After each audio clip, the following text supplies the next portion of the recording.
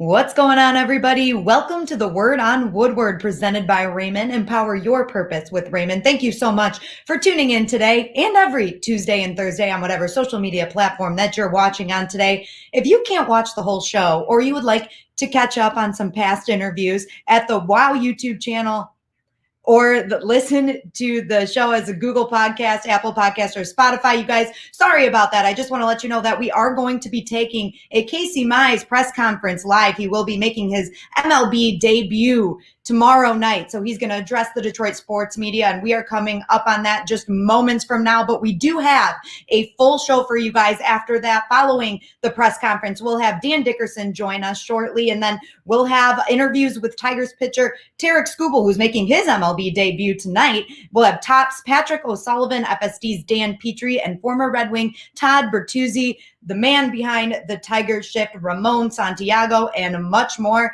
Like I said, you guys, here comes the Casey Mize press conference. We're going to go to that right now. Oh, it feels good.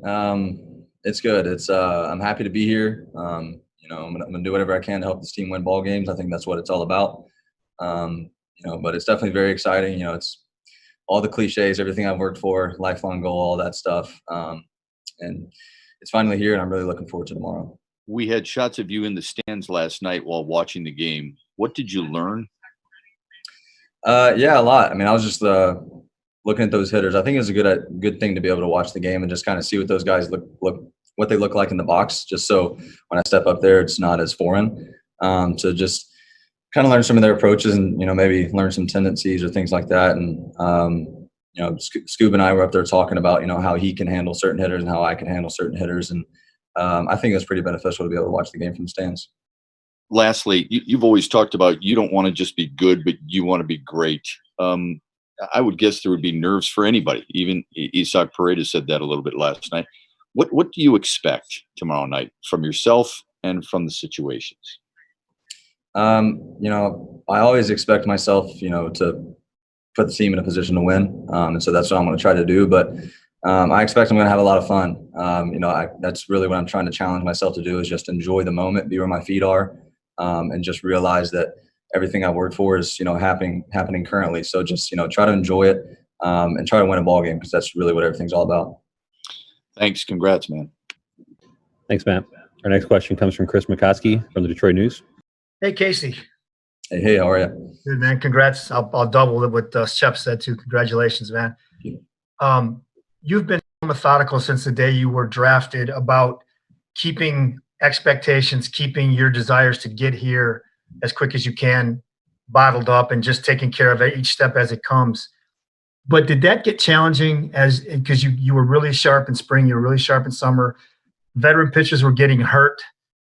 Did you start clamoring a little bit to get this call? Definitely, yeah. I mean, obviously, the goal after I got drafted was to get to the big leagues as quickly as possible and stay here for a long time. And so just with everything that happened this year, I mean, through all the craziness, there was a lot of opportunity that, arose, and I felt like I could have helped out, but, what else could I do other than work really hard and continue to perform well? And I knew my day would come. And so that's all I really could do. And that's all I did. And now I'm here now. So, I'm pretty happy about that. Absolutely. And when you went down to Toledo, how challenging was it for you to keep extending your pitch count, keep yourself sharp in that environment? Was that a challenge for you? Somewhat, yeah. I mean, hats off to the staff down there, because they really did a good job with what we had to provide us, as much of a competitive environment to try to stay sharp, because it's a really big jump going from that to the big leagues. So, like I said, hats off to them. But it definitely was a challenge. You're facing the same hitters every day. You got coaches playing a couple positions, filling in. It was just a lot different. And you really had to self-motivate and try to get locked in, because it definitely was a challenge, but we did the best we could with what we had. Are you on your normal routine, and do you feel like this is a regular start, no restrictions, I mean, I know you're stretched out beyond 5 innings, so, but do you feel like your routine is pretty much on point? Yeah, tomorrow will be my 5th day. It's just like a normal rotation, and I'm built up to, hopefully go deep into the game tomorrow. Thanks, man. Appreciate it. Thanks, Chris. Our next question comes from Jack Morris from Fox Sports Detroit.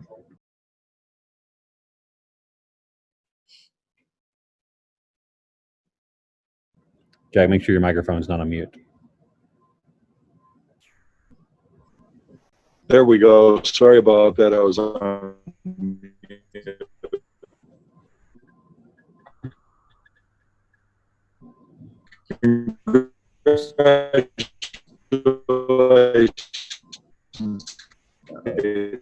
Yeah, it sounds like there's a issue with the connection there, Jack. We're having a hard time hearing you. He was talking about the stadium, Casey. One Rather of the than questions I have is, you're going to be pitching in front of an empty stadium. How much different do you think it would be with some people there in Comerica Park? Yeah, I mean, I think it'd be a lot different. Everybody's having to adjust to the no fans in the stands. It's definitely not how I, envision what my debut would look like with, tons of fans in the stands and all of that. So it's definitely going to be different. But, luckily with the crowd noise and everything, that kind of helps to normalize it a little bit. But I don't know. I guess I'll just have to figure it out when I get out there. We were kind of doing the same thing in Toledo, nobody in the stands and pumped in crowd noise. So I guess I'm kind of used to that a little bit. But I wish there were fans because, that's why we play is for the fans out there. But unfortunately, we can't have them this year. But I'm still going to enjoy it either way. My second question would be, you were watching the game last night. You saw bombs away. And you have a pitch that nobody else on the Tiger staff throws. That's split finger. Could be the great equalizer. Is that something that you think you're going to be going to quite often early anyway? Yeah, I mean, if it's feeling good, there's a few hitters where I've picked out that I think I can really, capitalize on throwing some splitters to them. So I kind of have that in the back of my mind already. But I still got to go out there and execute. So I kind of just have to see how it's feeling tomorrow. But like I said, there's definitely a few hitters where I think it can, be a really big benefit for me. And the final one is, Gardy or Andy told you that you're on any kind of pitch count, or can we expect you to finish 7 solid 0 innings? Yeah, I haven't been informed of the innings limit or pitch count or anything. Like I said, I'm prepared to go deep into a game. Just got to pitch well enough to get there. Good luck, kiddo. Thanks. Thanks, Jack. Our next question comes from Brad Galley from Channel 7. Casey, do you anticipate tomorrow taking any mental pictures at any point throughout your day? Yeah, I mean, I'm gonna try to soak everything in that I can. It's going to be a great day all the way around, and so I'm really looking forward to it. I'm really just going to try to soak everything up and make it a memorable day. When you got the call, can you walk us through that moment and then the first call or calls that you made after you found out the good news? Yeah, so we were sitting in the condo in Detroit and got a phone call from Dave Littlefield. We were actually watching the Tigers game on TV, and so I answered that call. We talked about the Tigers game for 20, 30 seconds, just what we have seen and everything. And Dave said, "I'm gonna cut to the chase. You're gonna travel with the team tomorrow night, be placed in the taxi squad, and then you're gonna pitch on Wednesday. Congratulations, you've earned it. Super happy for you." And then he kind of gave me some instructions on what the next couple of days would look like. And so my wife was sitting on the couch, and I kind of just gave her put my hand in the air, and she went crazy. So that was awesome. And then after that, we had a glass of wine and celebrated. And then I called my brother and my parents, and then we called her parents. And so we couldn't really tell people beyond that. But it was definitely it was a really cool night. Congrats, man. Yeah, thanks. Thanks, Brad. Our next question comes from Cody Stavenhagen from The Athletic. Hey, Casey, just along those lines, what was it like going to get on the team plane? Just kind of what else have the last 24, 48 hours been like for you? Yeah, it was cool. The plane's sick. Scuba and I we sat together, and we were kind of just in awe. Honestly, it's pretty cool. Just, I felt so new to everything, but looking around at all the other players, it was just another plane ride, whatever. So, but to me, it was definitely really special. It's cool. I mean, the last 24 hours and, has been crazy. But I'm definitely happy to be here and be experiencing these new things. Gardy said yesterday he called you and Tarek in just to chat a little bit. What was that message like from him? Just that it's the same game. We're here for a reason. Go out and compete, be confident. And we kind of just went over, what they wanted to see from us. They wanted to just, be ourselves and get hitters out the way we know how, and then, make adjustments on on some things. If we have some data on some hitters where we really can expose some guys, we're going to learn that. But for the most part, just stick to our strengths and do what we do. Right. You mentioned the plane. Any other little like subtle things you've already learned about life in the big leagues? Yeah, the food's good. Everywhere you look, there's just food access everywhere, which is pretty different from minor league ball. It's like you're trying to, not starve down there. So now it's like, all right, I gotta, be careful of how much food I'm actually intaking. So that's a lot different, but I like that. All right. Sounds good. Thank you, Casey. Thanks, Cody. Our next question comes from Jason Beck from MLB.com.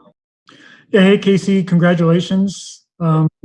Paredes was saying yesterday that you kind of put him in the direction of the team plane when he got to the airport yesterday. Can you recount that episode for us? Yeah, so I was a little lost myself. I was kind of worried, but I pulled up and I saw his Jeep. If you saw his Jeep, I mean, you won't forget it. So I knew it was him, and he was out in front of the gate, and there's like a little box and a call button where you just click it and they let you in. But I don't think he knew that, and so he was kind of just like sitting in front of the gate, and I pulled up behind him, and then I kind of backed up so he could kind of back out, and then I pulled in and then pressed the button, and I said, "Hey, I'm Casey Mize. I got Isaac Paredes here as well. If you could let us in." He's like, "Yeah, come in, park." And so he followed behind. I don't know how long he had been sitting there. I hope not long, but I was glad I could help him out. And what was the experience like watching a game from the stands like that? When was the last time you've been able to even watch a big league game from the seats? Yeah, it was the summer that I got drafted. We had like a few weeks off until I signed, and went to a Braves game with my girlfriend at the time, who's now my wife. So that was the last time, I think. Well, actually, no. When I signed, we watched the game in Detroit. So those are the last two games. But it was cool. It was cool just to be able to sit back and kind of watch a big league game. Just kind of, it was me and 5 other people in the stands. That was about it. So it was pretty neat. It's definitely weird, there not being fans there, but it is what it is. But it was a pretty cool perspective for me. And last question for me, I can only imagine what the nerves are going to be like the day before your big league debut. Does it help watching, having a chance to watch Skubal tonight go through that process and kind of feeling like you're there with him? I mean, I guess technically you are. You're just not on the mound. Yeah. Honestly, I'm not nervous right now. I was pretty nervous after I got the call that I was going to the big leagues, but ever since then, I haven't really felt it again. Maybe they'll come back tomorrow. Who knows? But I'll be able to move past that. But I'm just happy for Skubal, man. I can't wait to see him pitch tonight, man. I'm ready for the world to see what Tarek Skubal can do, because it's unbelievable. And so I really just can't wait to watch him pitch. Actually, I lied. One more quick question, since there's rumors the White Sox are going to throw Dane Dunning out there. How well, if at all, do you know him? And did you guys match up against each other at all in the during your SEC days?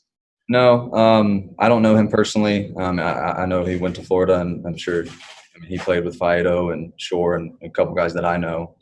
I know he's really talented. I've seen him throw a bunch in college. We never played him, I don't think. But I know he's really talented, and it'll be a pretty cool matchup if he's the guy. Great. Thanks, Casey. Thanks, Jason. Our next question comes from Evan Petzold of the Detroit Free Press. Hey, Casey, congratulations. Wanted to ask about just some of the fan excitement. Obviously, there's the free Casey Mize hashtag that if you're anywhere on social media, you'll see that. But I think, you're probably the biggest debut or the most anticipated debut from a Tiger in, I don't know, maybe 15 years. What does that mean to have that, fan support backing you like the way that they have? Yeah, it's great. I think we need to have fans on board and interact with fans as much as possible, because, I said this earlier, but they're the reason we play this game. This game is not much without them. And so I'm happy they got what they wanted finally. So, I hope I can, perform pretty well tomorrow and make them, even more happy. But it's cool. It was really cool to see all the fans backing me and, some of the other guys down there. So I definitely noticed, and, keep it coming. And one more thing too, Gardenhire's talked a lot about just being able to have starting pitchers get into the second half of games. And I know you talked about that too, you're able to go deep and stuff like that. But does that play into your mental approach at all entering a debut? I mean, or is that something that is just going to be feel it out as it goes? I mean, my mentality when I take the mound every time is to go deep in the game and save the bullpen. I think that's what starters are for, and that's what should be expected. Obviously it's not going to happen every time, but that should definitely be one of the main goals that starters have when they enter a game. So I'm going to try to do that tomorrow. But like you said, I'll kind of just have to see how the game plays out, and obviously I'm going to do my best and just kind of see what happens. For sure. Thanks a ton, man. Thanks, Evan. Our next question comes from Bob Wojnowski of the Detroit News. Hey there, Casey. With the obviously they debut and the fan excitement and everything else, number 1 overall pick. Do you feel the weight of expectations, the weight of being that guy that maybe not just in Detroit but elsewhere throughout baseball that they're watching this debut tomorrow? Do you ever feel the weight of expectations, and do you feel it now? I've kind of touched on this before. I'm really blessed to be in a position where people expect a lot of me. That means that I've done some things right, and that a lot of people who have helped along the way have put me in a great position to be here. And so I know that's going to come with all of this. But honestly, man, like I'm really just trying to focus on what I expect from myself, and I promise you, if I accomplish what I expect from myself, I will make a lot of other people happy with their expectations as well. So I really try to focus on what I can control and what I can do, and I really try not to focus too much on external expectation. But obviously I want to make fans happy, and I want to win ball games, and so I think I can provide value and do that. But like I said, I really just try to focus on what I control and what I can do. Thank you. Thanks, Wojo. Our next question comes from Audrey Dahlgren. Hey guys, this is actually Nick Mantis from WLNS in Lansing. I'm actually on Audrey's account, so my apologies for the confusion. But Casey, obviously when you're saying you want to control what you can do and the things in which you want to take care of, I'm just curious, what's your preparation like on game day? It's a lot. Outside of the physical preparation, which is a ton of stretching and a ton of mobility stuff and preparing my body to go perform. I do a lot of mental things. I actually recently started making a list of things I can control and things I can't. It's just a mental exercise, just to get my mind right. And then mental preparation. It's something that I'm is ever evolving for me. It's just something that I'm trying to add to my repertoire and try to really master, as well as the physical stuff. But I also do some research on the hitters and try to look up weaknesses and strengths and all that. They give us a ton of data here. I try not to dive into that too much because I normally stick to my strengths a lot, but if there's some glaring flaws in the hitter, I'll try to find that and try to expose that in the game. So physical preparation, mental preparation, and preparing for what the other team can do. So all three of those things.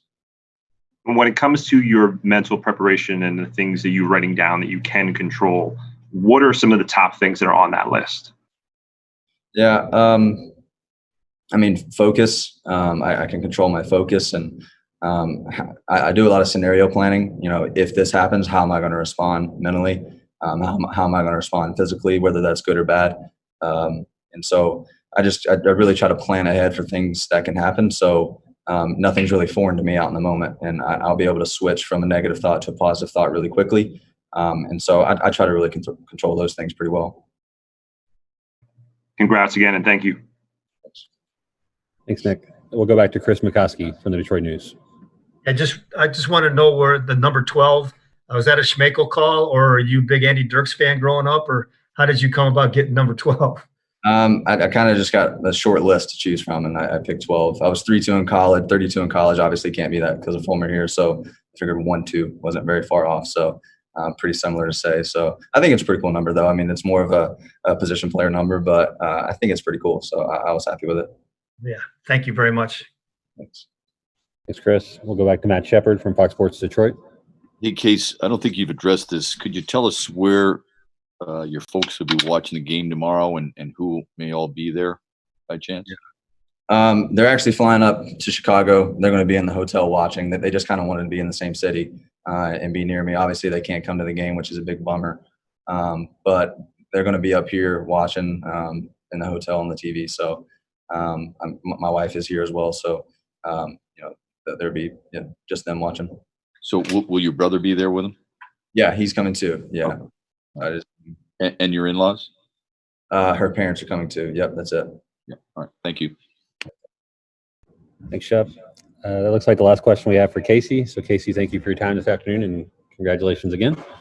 We'll have Ron Gardenhire in here in about 20 minutes at 3:40 Chicago time. Until then, we'll put everybody back in the waiting room, and then once Gardy's in position, we'll get started with him. Thanks, everybody. Well, you guys, there you have it. Casey Mize making his MLB debut for the Tigers tomorrow night. And Tarek Skubal is making his debut tonight, and we'll talk to him in just a few minutes, you guys. But before we get to that, Art, Casey Mize, I know you're a big fan. We've got a lot of big Casey Mize fans around the Detroit area that are really excited. What are you looking forward to about Casey Mize's start tomorrow?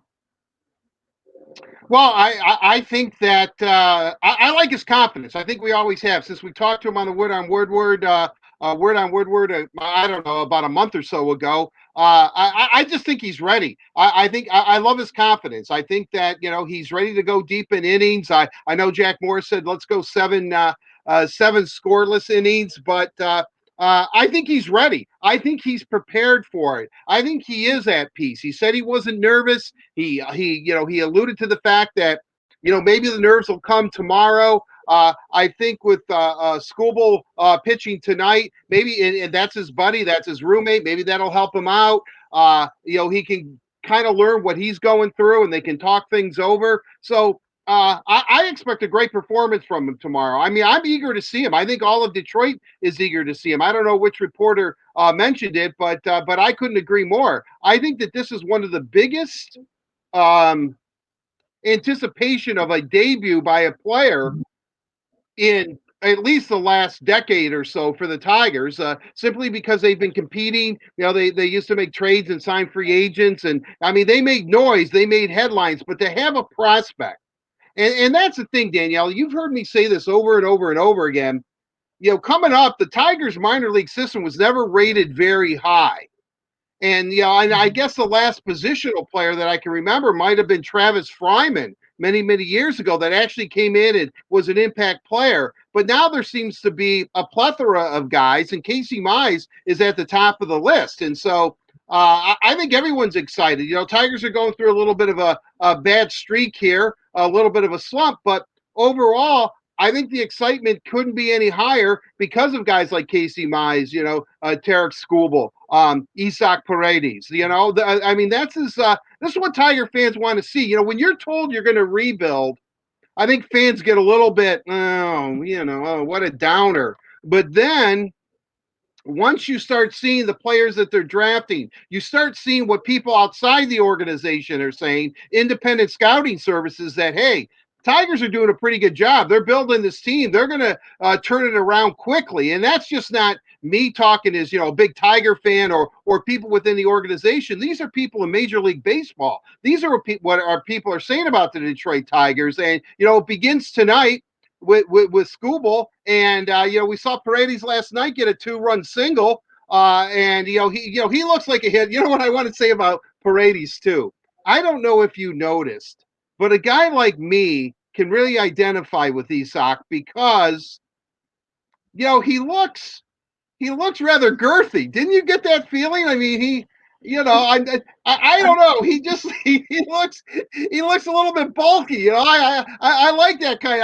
I could identify with him immediately. He looks stocky. Yeah, he looks stocky. He looks really well put together. I know he can hit for power, but I'm looking at this guy and I'm saying, wow, I think I can identify with him. Just look at his body type. This is my kind of player. Baseball games are long sometimes. There's a lot of time in between pitches. I think about weird stuff, I guess. But Paredes, welcome. Skubal, welcome. But Casey Mize, Arthur's the man in my book. Just look at him. Didn't he kind of look intimidating? I don't know, that scarf head thing he had on, that he has his mask underneath. It's like, hey, give me the ball. I can pitch every freaking day if you want me to. Just put the ball in my hands. Don't worry about it. I've got this. I think that that's what he radiates. I said it in the beginning, and I truly mean this. He radiates confidence. I call him, and Danielle, you've heard me say this. He reminds me of maybe even a Jack Morris, but Justin Verlander. He has the bravado, he has the talent, he has the confidence, but with a little bit of edge that Jeff Weaver used to have, who was, a little bit of a, how shall I say this in a nice way? Weaver was a little bit off kilter. And I think Casey has a little bit of that going too, which means, in my book, unlimited potential, unlimited talent. I can't wait to see him. But hey, I'm all about Scooble tonight. I mean, I can't wait to see him left-hander. His his strikeout ratio to innings pitched is incredible. Hey, fun times. Tigers are playing, and they're going against the White Sox. They need a couple of wins. If you can get two rookie pitchers, guys making their major league debut, if those guys can turn their fortunes around heading into Cleveland, then hey, that's a good thing.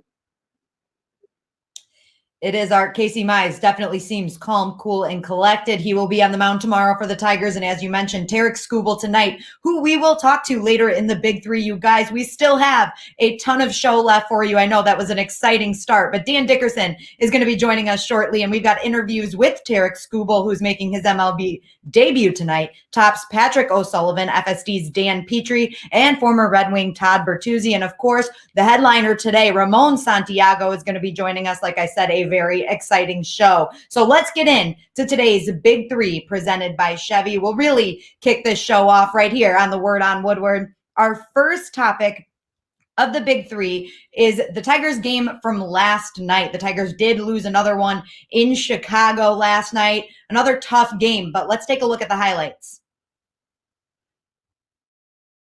Matt Boyd getting the start Tigers, and it was another tough start for him. Bottom of the first, we're going to pick things up. Tim Anderson is at the plate, and he has been crushing Matt Boyd this season, and he didn't stop last night. He hits this one deep to center for the solo shot and giving the White Sox an early 1-0 lead. You can see Matt Boyd already looking a little frustrated with that one. And the next batter up, it's Mancada, and he is going to do it again for Chicago. This one goes deep to right center and out of here for back-to-back solo shots to kick things off for the White Sox, who are now out to a quick 2-0 lead. Next batter up, Matt Boyd, looking a little sharper and more like his 2019 self. He gets Yasmani Grandal swinging for the first out of the inning and his first strikeout on the night. Boyd would continue and strike out the side. Now we're in the top of the second, 2 outs, and we've got Tim Anderson at the plate again with a full count. And we talked about Tim Anderson having Matt Boyd's number, and boy does he ever. Here is another solo shot, his second home run of the game, just over the wall in right field. Sox take the 3-0 lead. Later in the inning, Abreu is at the plate, 2 outs and 2 on, and the 1-2 pitch, Matt Boyd gets him swinging to retire the side. Bottom of the third, Jimenez at the plate, and here's Matt Boyd again, catching him looking on this one. The second strikeout for Jimenez in this one. Later in the third, Boyd gets Luis Robert again as well. The third inning was an 11-pitch inning for Boyd, looking much better than the first 2 innings. Now in the top of the fourth, the Tigers offense shows some life, and Isaac Paredes at the plate, bases loaded, making his MLB debut, and he gets his first major league hit and a couple of RBIs with that single to shallow left. Cabrera would come home, Jonathan Scope would follow, and the Tigers cut the Sox lead to 1. Solid at bat for Paredes, and he has to be happy with that in his MLB debut. Bottom of the fourth, it's Matt Boyd still on the mound with Mozara at the plate, and it's another swing and miss. Matt Boyd gets his 9th strikeout of the evening. Bottom of the sixth, now Ronnie Garcia on the mound for the Tigers, and here is the 2-2 pitch to Luis Robert. Guys, he did not strike out this time. Instead, he goes deep to left center, and this ball is way back and gone for another solo shot. The White Sox are now up 4-2. Still in the bottom of the sixth, and it's Danny Mendick at the plate, and he gets a hold of this one. It's a laser down the left field line, falls just over the wall, and yet again, another solo shot for Chicago. That's 5 solo shots, and that gives them the 5-2 lead. The Tigers would go on to lose this one with a final score of 7-2. The positives to take away from this one, Art, have to be Boyd's last couple of innings after another tough start. and of course, the impact of Isak Paredes in his MLB debut.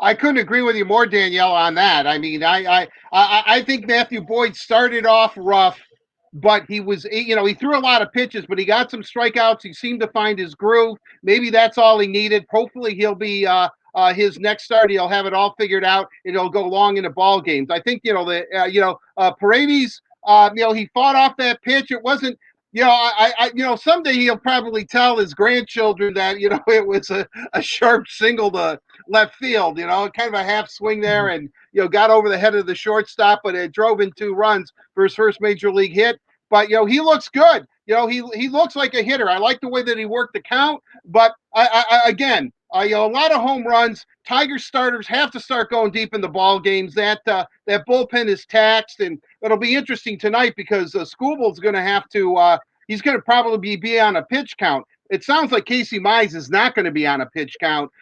So the bullpen again is going to be counted on in tonight's game. But if the Tigers can get the bats going, maybe they can score some runs. But again, I couldn't agree with you more. Paredes looks like he's a guy that could really help. They need some power. They need consistent hitting. He looks like he might be able to provide that. And it looked like even though Boyd started off tough, threw a lot of pitches in a short, 3 innings or whatever, he seemed to figure it out, got some strikeouts, and I think it was a shot of confidence for him, even though, the Tigers ended up, it sounds crazy, ended up losing a game 7-2, but there were a few good things that come out of the game last night. Boyd hopefully finding his way, and Paredes making a major league debut and looking like he belongs. Definitely. Our Boyd did really pick it up for the last few innings that he was in the game. It was something positive to see because it has been tough for him through this stretch here. So hopefully, like you said, the next start, he's got a groove, and hopefully he can keep that groove going in his next start. Right now, we're going to bring in Carley Johnston for our clubhouse notes. You guys, our big 3 is very Tigers packed today because we've got a lot of Tigers news. Carley, what can you tell us? Thanks, Danielle. That's right. As we know, big news came out of Al Avila's presser yesterday.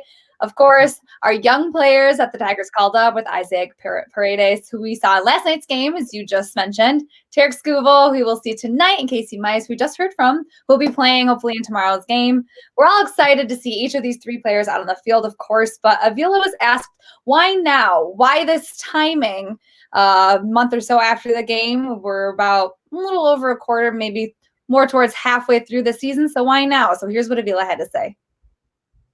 So for us, it was more important to just make sure he got more work. These guys got more work before we just rushed them in there. So they got close to a month of work, and we went through the players and pitchers that we had at the big league level and trying to see what they can do at that point. And now, because of obviously some circumstances and the additional month of work that these guys have put in, that caused them to be, I would say, more ready now, obviously, than it was several weeks ago. It's the proper time. See, it's the proper time. Art, I know you wanted Casey Mize up this entire time, but he didn't want to throw them into the fire. But now he's up, and we're excited. And as we know, we saw Paredes in last night's loss, unfortunately, against the White Sox.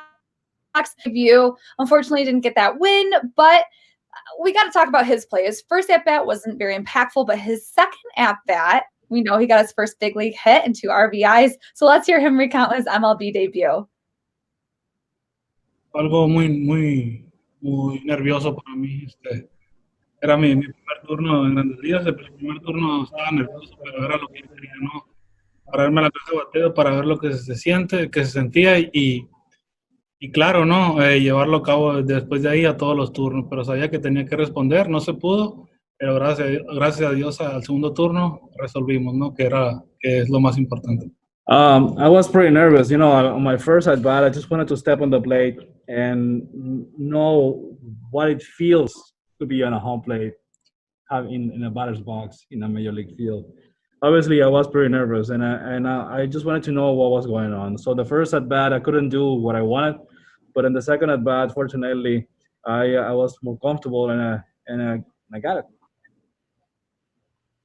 So love to see it too. And shout out to Carlos Guillen, our translator there, for helping Paredes out.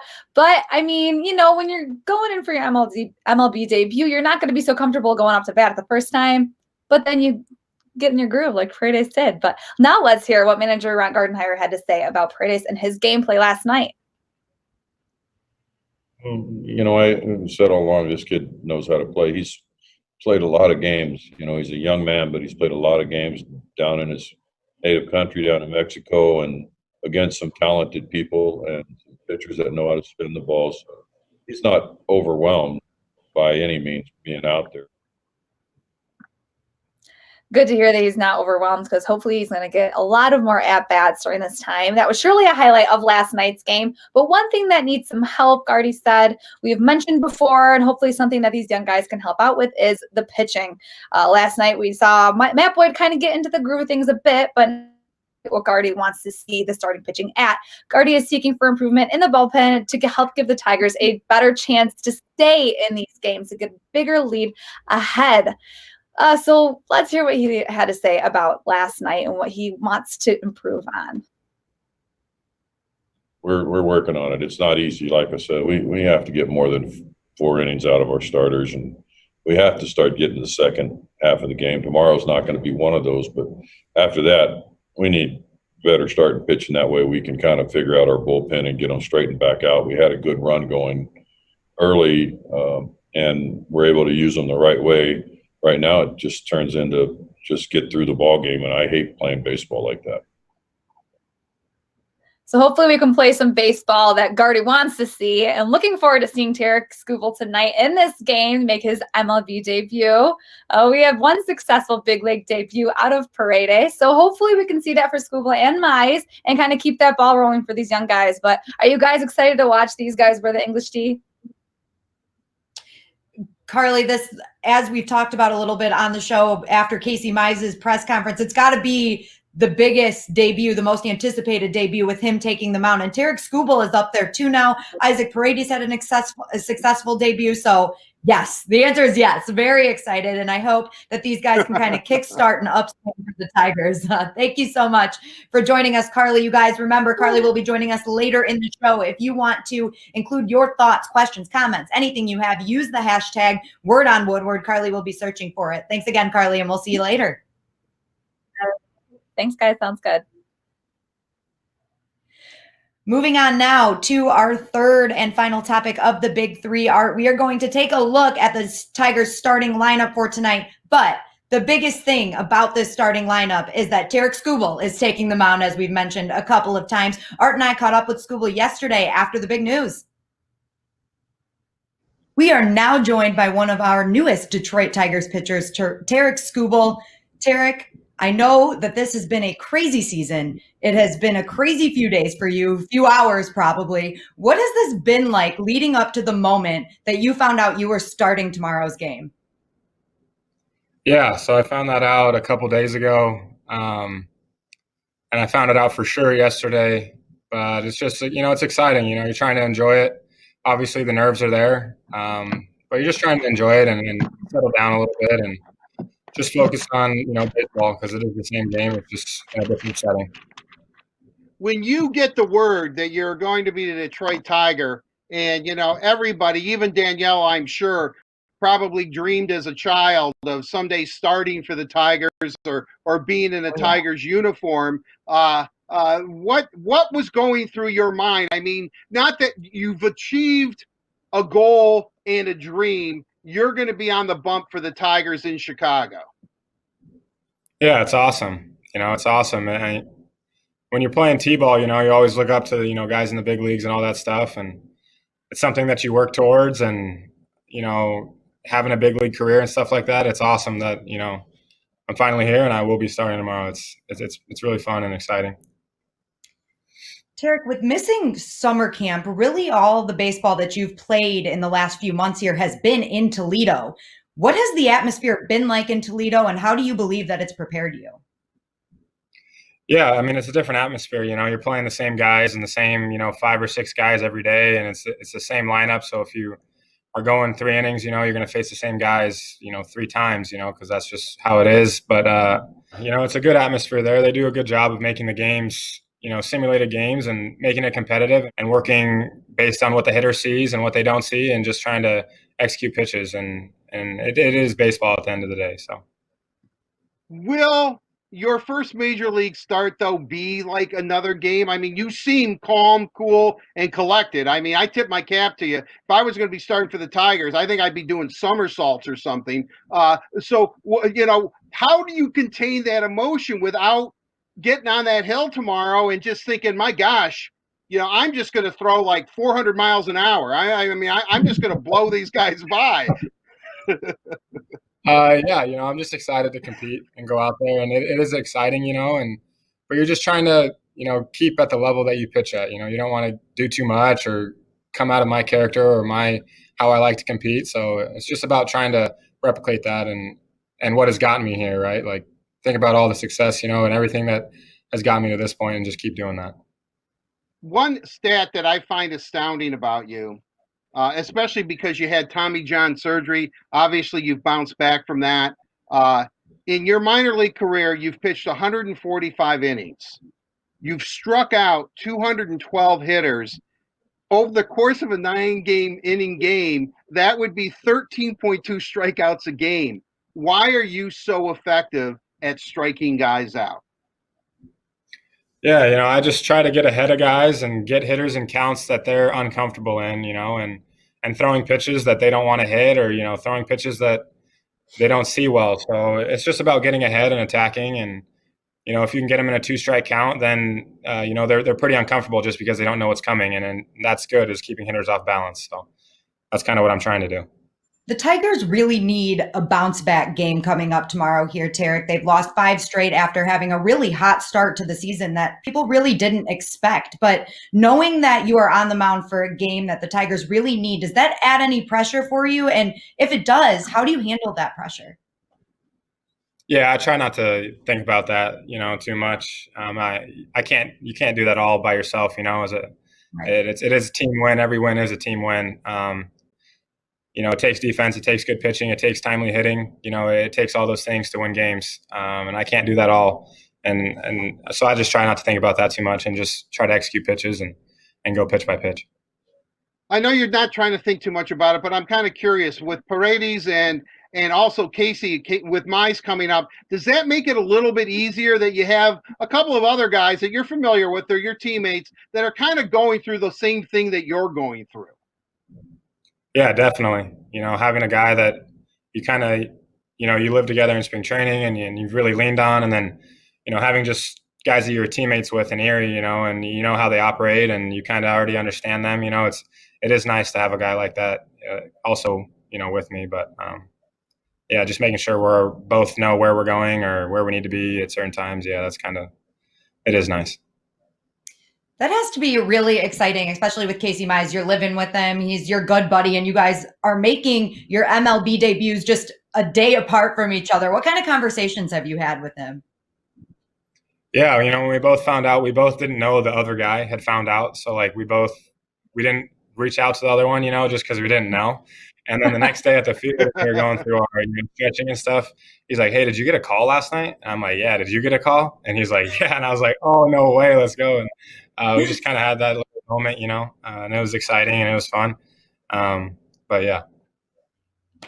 How do I want to word this? I don't even know exactly how I want to word this question, because this has to be like the biggest moment ever for you. How are you going to prepare tonight? What's going to be going through your head? What is your day tomorrow going to look like?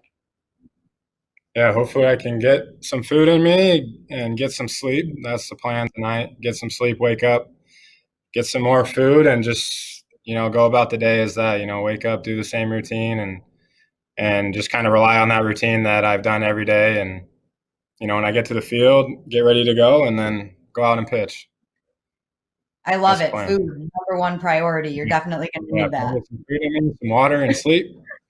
And here I'm good. I love it. Well, thank you so much for taking the time to join us today, Tarek. Good luck tomorrow and good luck with the rest of the season. Congratulations. Yeah, thank you.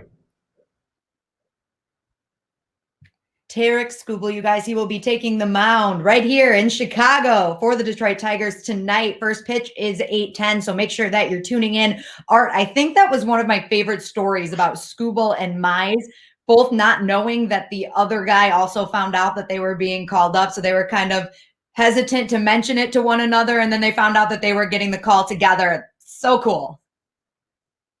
Yeah, but it goes to show you how good of friends they are and how they respect each other. Because, one guy, he doesn't want to celebrate as another guy might be a little bit disappointed because he also wants to be called up. But when they both found out that, hey, I got a call, you got a call, hey, we're going up to Detroit, then they were able to celebrate and kind of maybe, let it all out, so to speak, be joyful and say, hey, we're Detroit Tigers and we're going up together. I mean, I remember asking Casey Mize about that, about the 4 starting pitchers, including Manning and Faedo.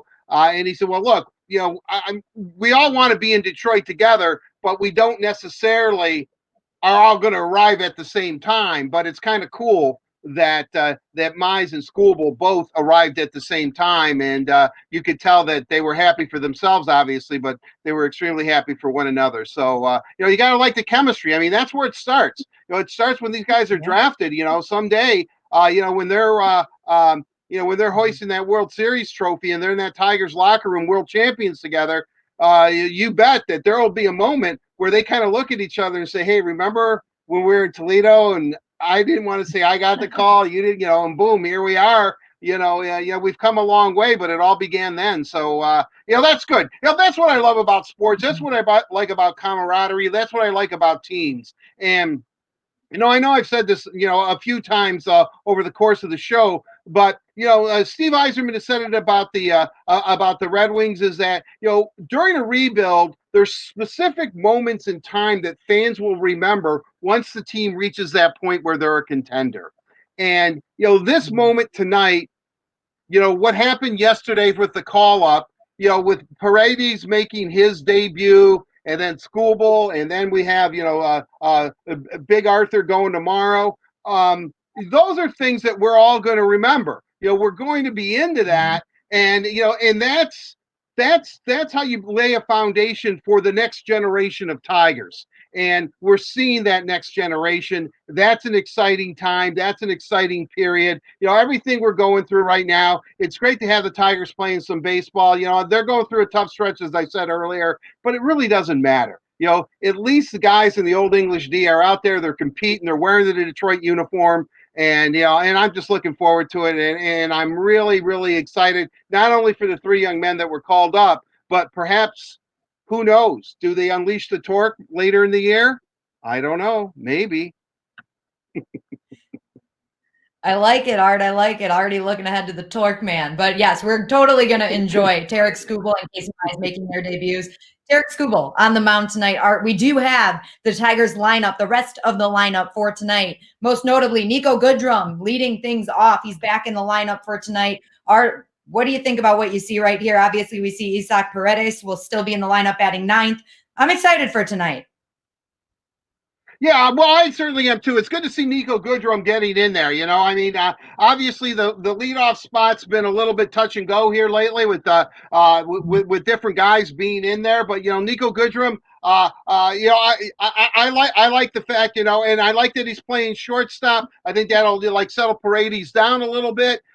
Nico, he doesn't lack confidence either, which I love about him. So I think that who's pitching tonight, and I know we're going to get into this and bet you didn't know, I like this Tigers lineup because tonight's starting pitcher, Dylan Cease, he is able to guys make contact with him. And, he pitched against the Tigers last week, and, they got to him a little bit. But, I mean, if you look at this, Miggy's got to get it going a little bit, Scope.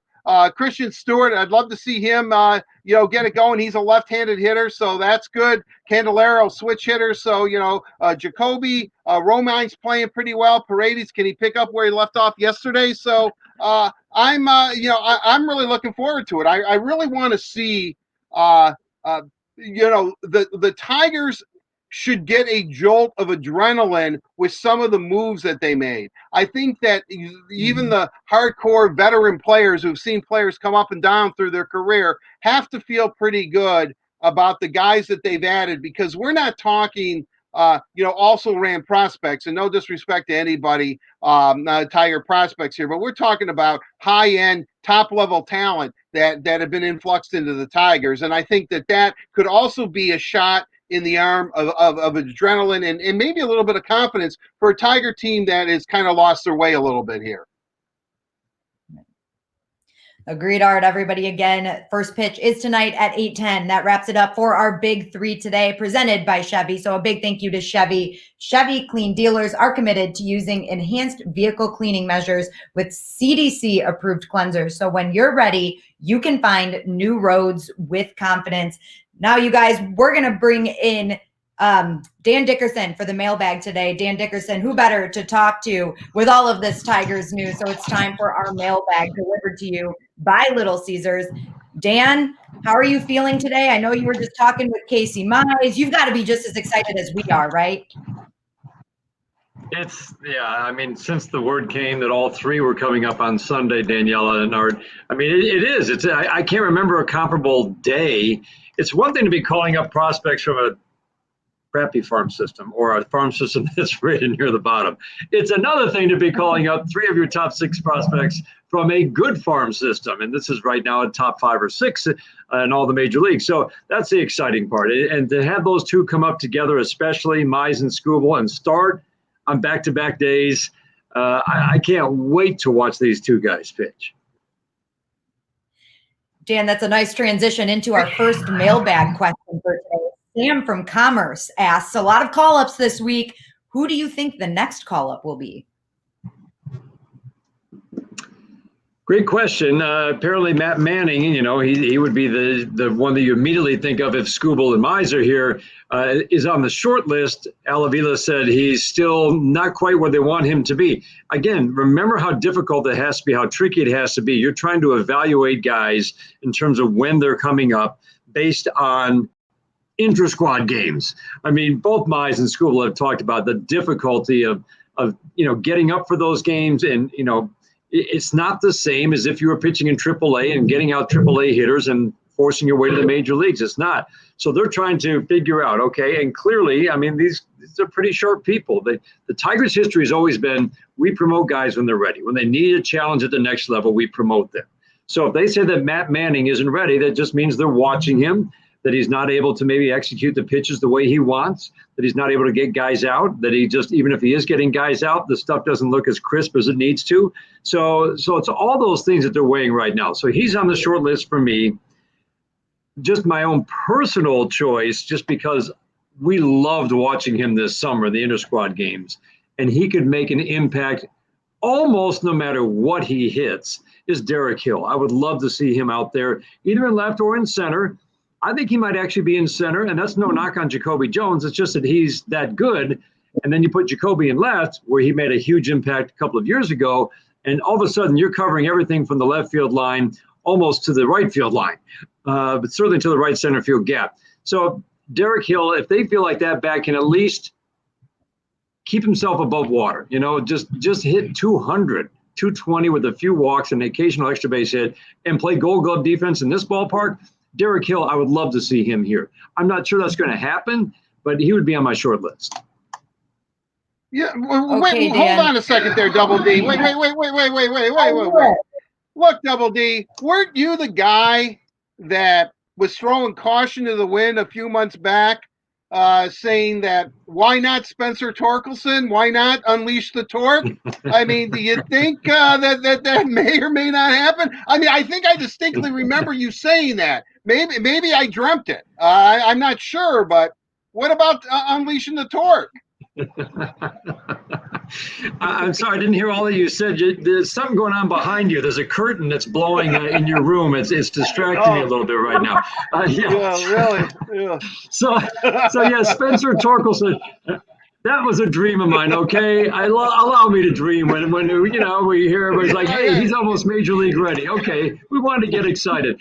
He's not coming up this year. He is not coming up. I mean, I really would be stunned. There's no way. Riley Green, again, love to see him up here. No way. So I think there's high hopes. If you listen to what Tarek Skubal said about Isaac Paredes yesterday, I mean, the fact that, he's facing him all the time and he can't get him off balance. He said, you can't set him up. You can't fool him. He said, I would just end up throwing him strikes because this guy can hit. There's not really that one season that makes you go, wow, in the minor leagues.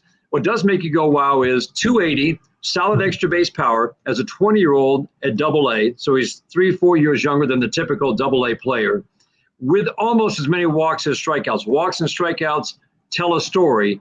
And that actually tells a very positive story for Isaac Paredes. If you walk almost as much as you strike out and you've got a good solid walk rate, that's a great sign. This guy, it certainly speaks to what Tarek Skubal said. So that's the bat that you are hoping can make an impact at the major league level. It's too hard for a 19, 20-year-old to make the jump to the major leagues, especially in the case of the Torque, as you said, with no minor league experience at all. Well, all fans that are listening, I'm sorry if Dan just crushed your Torque dreams along with his own Torque dreams, but we're going to move on to Art's question. Art, we've got to talk some hockey for this one. It's Mike from Garden City, and I'm sorry about that. It's actually Don from Holland on this one, and he asked, thinking back on the 25-year Wings playoff streak, does this year mean that the Penguins' active 14-year streak is over by them losing in the play-in? This one's interesting, Art. What do you think? Well, it should not count, number one, because the league has been adamant saying that was not the playoffs. Those were play-in games or a play-in tournament to get into the playoffs, meaning that the playoffs are still 16 teams and the 16 teams that are still competing right now in round one. However, the statistics in the play-in round absolutely counts as far as playoff statistics for these specific players. Now, maybe they just don't want the statistics not to count anywhere. Instead of putting them to their regular season total, then they decided that, well, let's make it a playoff total because there's 7 teams that their seasons are done. So, you don't want it all, I guess statistics all over. Who can figure the league out sometimes? So my point being is that no, it should not count. Their streak should be over. Secondly, the statistic count is playoff statistics. So whatever Sidney Crosby got in the play-in round, that's going to be added to his playoff career totals. And because he is the golden child, he being Sidney Crosby and the darling of the league, and he has been since day one, somehow I think that they're going to make an exception, and it is going to count when it shouldn't. It should not count. Their streak should be over. They didn't make the playoffs by the league's own admission, yet letting those statistics count as playoff statistics, you've got to think that somehow Pittsburgh's streak is going to, now be 15 years, whatever it is. I mean, as you can see, the Red Wings are on the cusp. And I want to say another thing. If they didn't cancel the season 1 year, the Red Wings would have made the playoffs 26 consecutive years. It's now 25 consecutive seasons because there was a year where there was no hockey, and their infinite wisdom, they canceled the season. So, but that's what I think. It shouldn't count. Somehow I think it's going to, because it's Sid the Kid's team. And I am very, very bitter about it. But I'm completely crestfallen now that the Torque, I mean, Double D has just sent me in a tailspin here. No Torque at all. Not even for a five games at the end of the year. Oh. All right, Double D. I defer to you on that one, I guess. But man, I'm very disappointed. Keep dreaming, Art. Keep dreaming. It's okay. Yeah. We'll move on. to another Tigers question. And this one is from Dan. And now this one is Mike from Garden City. The trade deadline is just a couple of weeks away. So, Dan, is Jonathan Scope the most likely player to be moved at the deadline? No, I'm trying to figure out what the trade deadline is going to look like. And I'd love to hear you guys weigh in on this. But I can't see any team making a big deal at this year's trade deadline. I mean, there are so many considerations, whether it's monetary, whether it's, how much you want to go for it in a year that is so uncertain week to week. They're talking about a playoff bubble right now just so they can complete the postseason in the best way possible, making sure that everybody's healthy. I can't picture too many teams giving up more than a bag of balls for anybody right now. And, if you traded away Jonathan Scope, so somebody's getting him for a month, what are they going to give you for 1 month of Jonathan Scope? Not a whole lot. Plus, I think the Tigers right now, with the loss of C.J. Cron, that's the guy you're going to keep. He's solidified that infield defense. He provides punch, been a little streaky, had a 3-hit game last night, but the middle infield defense, the middle of the infield, is leading to a much better overall picture. The loss of Cron hurt, but it's a big part of why this team got off to a 9-5 start. Good infield defense. And Jonathan Scope and Nico Goodrum are a really strong double play combination right now. So I don't see him getting moved. But more than that, I'm just not seeing too many big names getting moved at all at the trade deadline. Well, Dan, let me follow up with this. You talk about Jonathan Scope, C.J. Cron, Austin Romine, these guys that were brought in on 1-year deals. If you don't see them being moved at the deadline, what do you think their next year looks like? Are they Tigers next season, or do you think it's just also up in the air right now? Very up in the air, and I think it depends on, as you watch Willie Castro develop. He has to show he's going to get every chance, along with Paredes, to show that they can hit at the major league level and be a force. If he shows he can handle it, then you might say goodbye to Jonathan Scope. C.J. Cron, that's a tough one because that rehab is 6 to 8 months. That puts him already at the 8-month level. Into spring training of next year, do you re-sign a guy who's coming off knee surgery that you would want power? I will say first base is still wide open in this organization. There's no obvious replacement. And that means that Jeimer Candelario would probably have to really pick it up with the bat to show that maybe he could be your first baseman, at least for the next couple of years. So all those things. The one guy that I think they're probably thinking very seriously about right now, because he's a number one catcher for the first time in his career, Austin Romine has meant so much to this staff. He's a guy that you can depend on at the plate to come up with some big hits. And the way he's handling this staff, the way he's handling his duties of being a number one catcher, everything about this guy screams number one catcher. And while the Tigers do have those prospects on the way, are you going to turn the number one job next year over to a Jake Rogers, who's at Toledo right now, or a Grayson Griner, who's not played a whole lot this year and still showing, wants to show that he can hit at the major league level? Austin Romine, to me, is a guy who, on a 1-year deal, looks like he could very much get an offer to come back for another.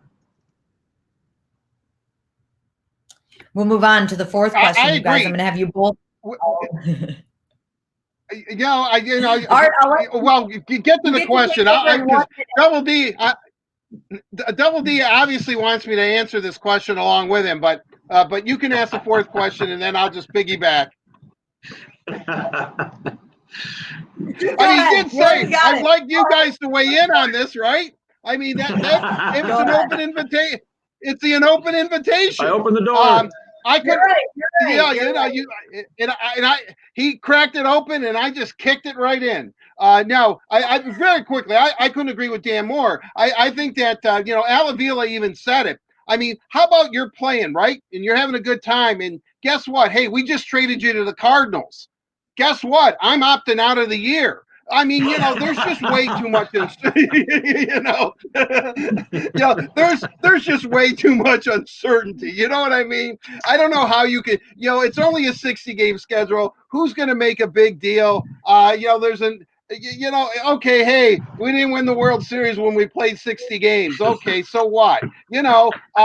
I just don't think it makes good business sense. I really don't. I do think, however, it is really, really interesting that what do you do about a Scope or a Crone or, I think Austin Romine should be re-signed. If I'm Al Avila, I'm telling you, Al, right now, I would definitely try to ink him to 2-3 year deal.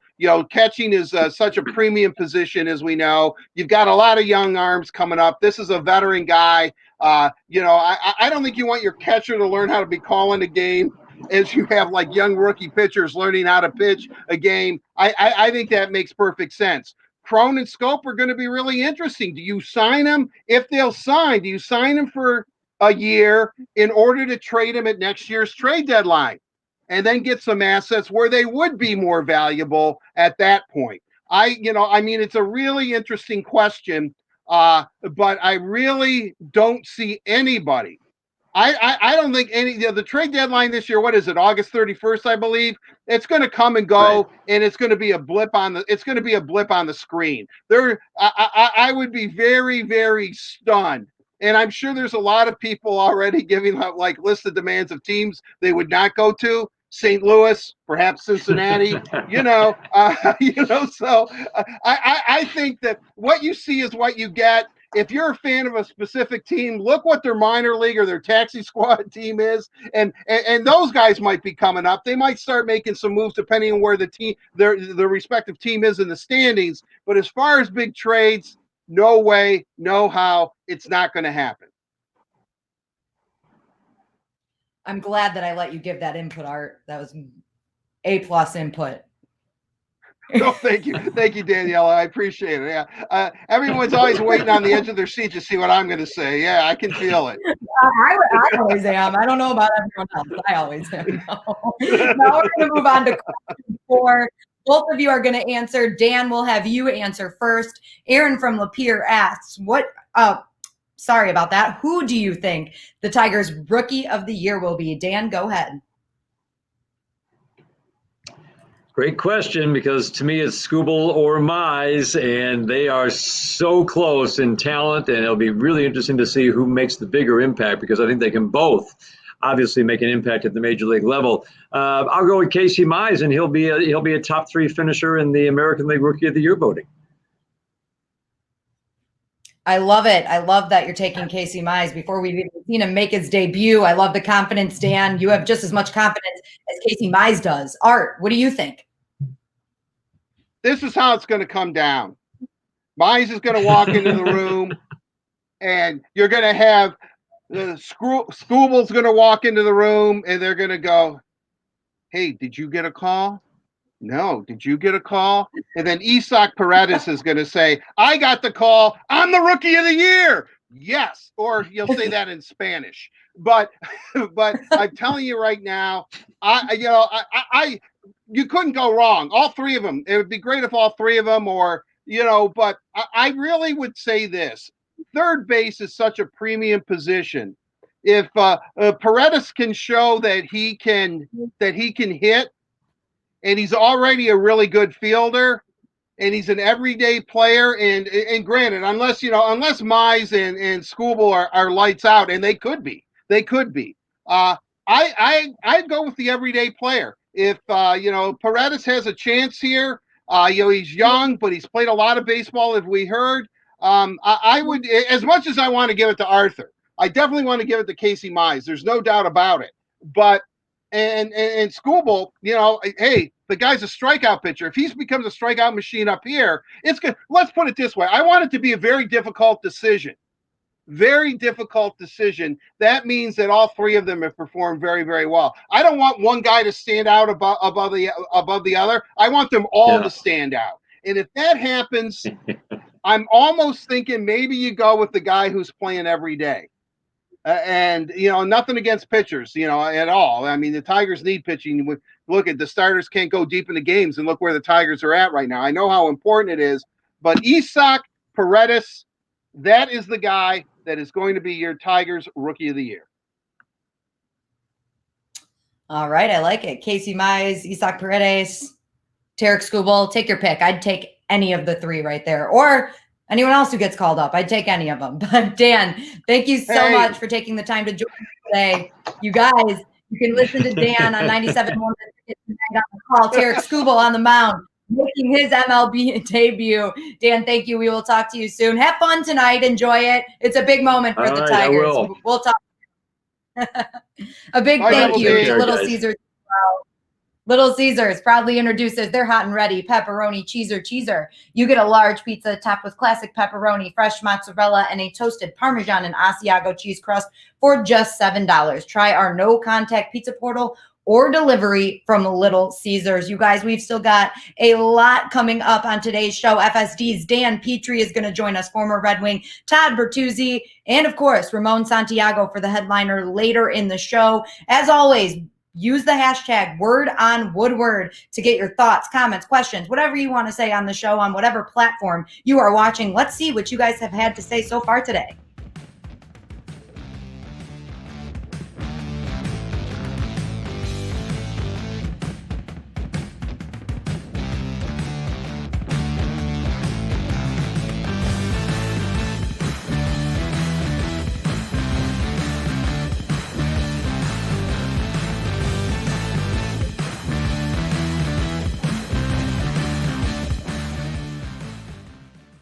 That's right. It's time for Catching Up with Carly, presented by Meyer. Today, I'm joined by brand manager for Tops.com, Patrick O'Sullivan. How's it going, Patrick?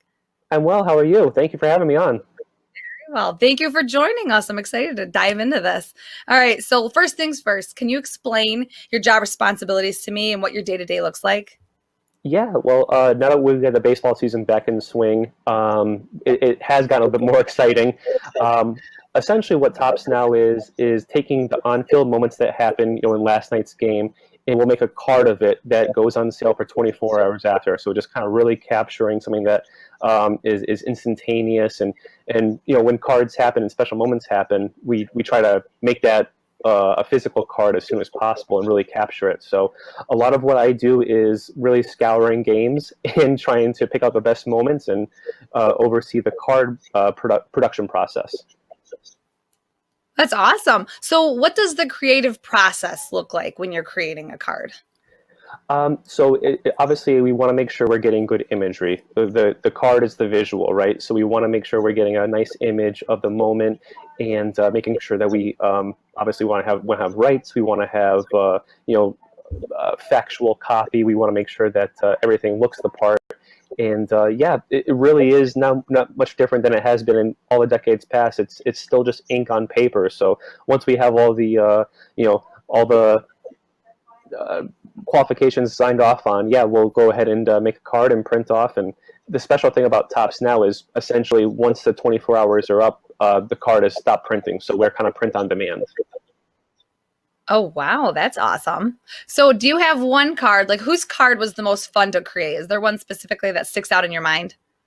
I personally like guys that have some fun with the camera, big personalities. If we're thinking Tigers, I love getting like a big Mickey smile. He seems to have a lot of fun on the field. So there's times where in my past positions, as an editor, I'd go through and look at just all the imagery from the season. And when you get a guy just really having a ball in the field, I like to try and show the personality of a player too. Love it. Okay. So what makes a good sports card outside of that imagery? I think it's just maybe the way I see trading cards, sports cards, it's a tangible penny stock, right? If a player is doing really well in the field, that player's rookie card is the hot commodity. So what makes a real good player is something that we kind of almost can't even control. It's how a player does in the field. It's the popularity. If the team is on a hot streak, or that player hits a home run or throws no hitter, all of a sudden that trading card, that thing that people have of them, it becomes desirable. And then on top of that, if they're only printing for 24 hours, there's a limited amount, right? Exactly right. Yep. And players kind of come and go, so sometimes you only get a chance to get so many of them. So we try to make sure we capture them when we can. Love it. Okay, so what got you into baseball cards? Did you collect them as a kid? Is that something you've always been passionate about? Oh, for sure. Growing up just a sports fan in general, just collected a whole bunch of sports cards.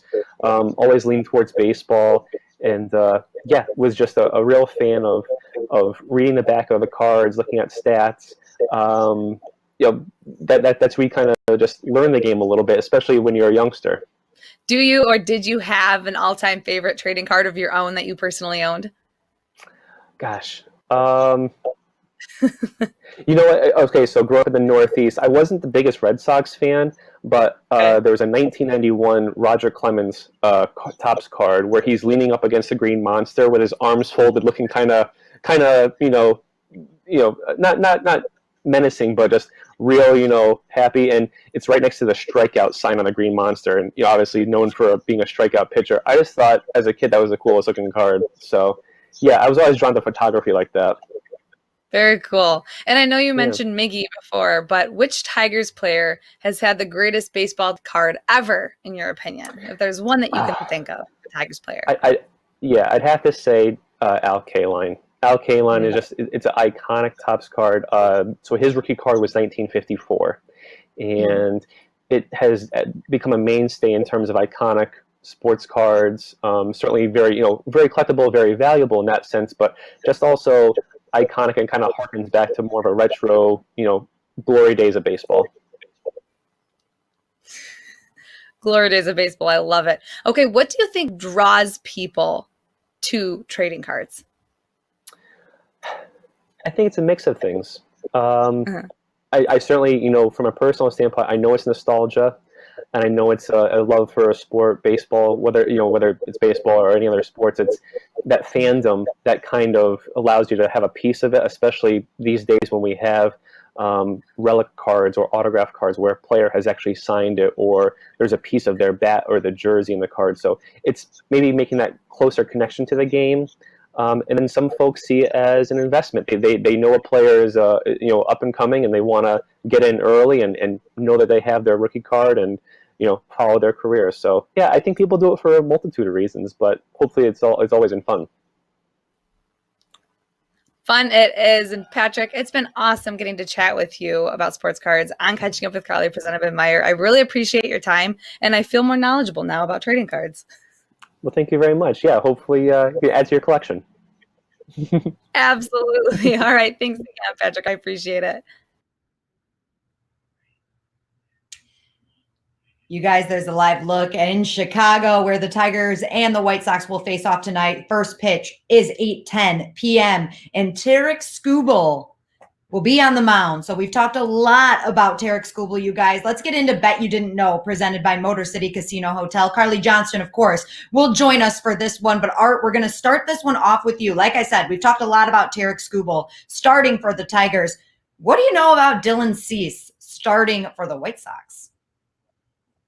Well, I know quite a bit about him, but I also want to say, just for you trading card aficionados, Topps 1971 edition with the black borders, and that was right in my wheelhouse. I was a young man. I was collecting a lot of cards. Those are vintage cards because of the black borders. If they get scuffed up easily, and if you fold it, and like some other cards, you can never get rid of the fold. So if you have the black bordered 1971 Topps cards, keep them, put them in like those like plastic casing books or whatever, those like your photo albums or whatever. That is a very, very good series. They're really hard to find, but the black bordered Topps cards, just bet you didn't know. But let's go into Dylan Cease. Last week, the Tigers, he wasn't all that great against Detroit. 6 innings pitched, 7 hits, 5 runs, 5 strikeouts, 2 hits allowed. But it's really odd because his fastball, he averages 97 miles an hour, which is in the top 2% in all of baseball. So you would think, God, this is a fireballer. He must, very difficult to hit. However, hitters are making 88% of the time they're making contact on his fastball. Now, I'm not a pitching aficionado, but that's either telling me even though it's coming in fast, it has no movement on it, and it's always pretty much going into the same place. If you know where the ball's going to be, no matter how hard it's hit, I think you can start timing it. And I think guys are looking for a place. They know he likes to throw the heater, and so they're going to hit it. Now, against lefties, his ERA is 4.15. and they're batting 286 against him. So if you look at the at the Tigers coming in tonight, they have a chance and an opportunity to have at least 6-handed bats with guys that are switch hitters into the lineup. And again, look at that. I mean, against lefties, especially his ERA, he's given up 4 home runs as opposed to 1. He still strikes out some lefties, but he's hittable. I guess that's what I'm saying. So tonight, look for guys like I would say the Candyman, who's hit 375 against him in his career. He has 1 home run. And Harold Castro, who's in the lineup, the super utility guy, in 12 at-bats against Cease, he's hitting .417. So even though he's a fastball pitcher, he averages 97 miles an hour, which is in the top 2% in all of Major League Baseball. Guys are still able to make contact on it. So the left-handed hitters and the switch hitters tonight, they're going to be very, very important. And then depending on Nico Goodrum and how his health is, Willie Castro, who was 2 for 2 last week against Cease, isn't in the lineup. He could also be in there. So this might be Skubal. They're all going to be psyched because they got the young lefty pitching and, major league debut. So, the Tigers are going to want to do well for him. And they might have the right pitcher on the mound, a guy that they got to last week for 5 runs. Maybe this is the right recipe where the Tigers can get out of this losing streak and get on a good path, especially heading to Cleveland. Seems like a good opportunity for the Tigers to turn this thing around and get their offense going again. Carly, we've been talking about Skubal, feels like the whole show. What more can you tell us about what we can expect from him tonight? I mean, of course, we know that Tarik Skubal will be getting the start tonight. And with this being Skubal's MLB debut, there isn't any specific matchups that jump out, but let's take a look at how the White Sox are handling left-handed pitching specifically. Famed Tiger thorn in the side, Tim Anderson, has been lights out against lefties with an unbelievable .643 average and 7 of his 9 hits going for extra bases, including 2 home runs last night. And as you look at 2 through 6, though, there is a huge drop-off with the combination of Yoan Moncada, Yasmani Grandal, Jose Abreu, Elroy Jimenez, and Edwin Encarnacion. Woo, that was a mouthful. That was a run through. They're all batting at 196 against left-handed hitters and striking out in nearly 40% of their at-bats. So, additionally, the Sox have struck out over 222 times already this season, which is the 3rd most in MLB. So this should play right into the hands of Skubal, who averaged over 212 batters in 145 innings. Those are big numbers. It's a lot to put on the rookie, but I like this matchup for Skubal and his MLB debut tonight. I cannot say MLB today. I don't know what's going on with me. Every time I try to say it, stumble. Well, Carly, it seems like Skubal is a little bit of the strikeout king so far in his career. Heading into tonight, how many strikeouts are you expecting from him? Okay, so for his Major League Baseball debut, which may be easier for me to say tonight, 5 innings, I think, would be a pretty good start. So the numbers should be about 6. Skubal will get the benefit of Austin Romine, knowing the hitters really well, but with spring training, homes of Detroit and the White Sox in Florida and Arizona, respectively, this will be the first time the Sox hitters will really get a chance to see the kind of stuff Skubal has. So this will be an exciting matchup tonight. It's kind of the element of surprise here. But Daniella, let's talk about the Tigers a little more. What are you noticing about them so far this season?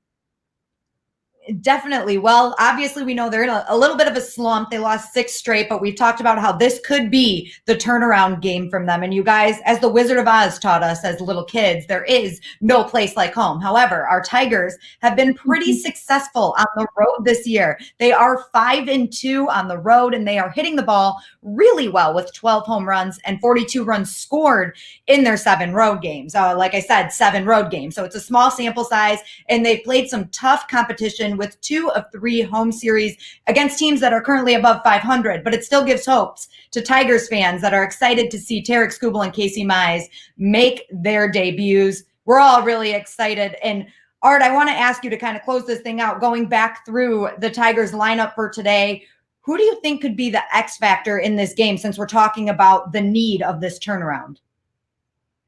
I think it's Nico Goodrum. Nico Goodrum was, listed kind of day to day. He's been in and out of the lineup. The Tigers, the last couple of games, they've had different guys in the leadoff position. He's hitting leadoff. He's playing shortstop. I think that's going to be good for Isaac Paredes because he's a stabilizing factor. He can help Isaac to tell him where to position him, tell him what's going on in the game. As he's still learning what it's like at the major league level. Plus, I think he'll solidify the leadoff spot. Nico Goodrum, I love the fact that he is a very, very confident ball player. He's in a nice spot right now. We talked to him last week. He's playing short. He's healthy. I think that is really a big thing right now. I think that Goodrum leading off, playing short, that's what I'm looking for. I think that's going to be the X factor. If he can get on base, hit for contact against Cease,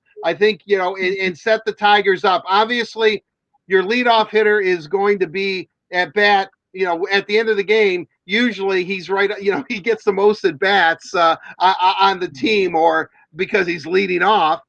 So that's what I'm looking for. Nico Goodrum in the lineup, solidifying the leadoff spot, solidifying the infield with Isaac Paredes, letting him, giving him a little bit of a guide to what to do and what to expect. And of course, I like Carley's prediction because he's going to be on a pitch count. And we don't know what that pitch count is for Skubal, but if he can get 6 strikeouts on like 40 or 50 pitches, whatever you're going to lead into, then I take back what I said in an earlier segment. He's definitely your rookie of the year. All right, I have another question for you before we close this out. I feel like at the beginning of the season in the Tigers hot streak there, we were talking a lot about Jacoby Jones, who has been a little quiet in the past few games. What do you think he needs to do to kind of get things going again and get back on that hot streak? I think he just needs to get a hit. I know it sounds easy. He's obviously a supreme outfielder. Look, hitting a baseball is the toughest thing to do in all of professional sport. When you lump them all in together, hitting a ball is the toughest thing to do.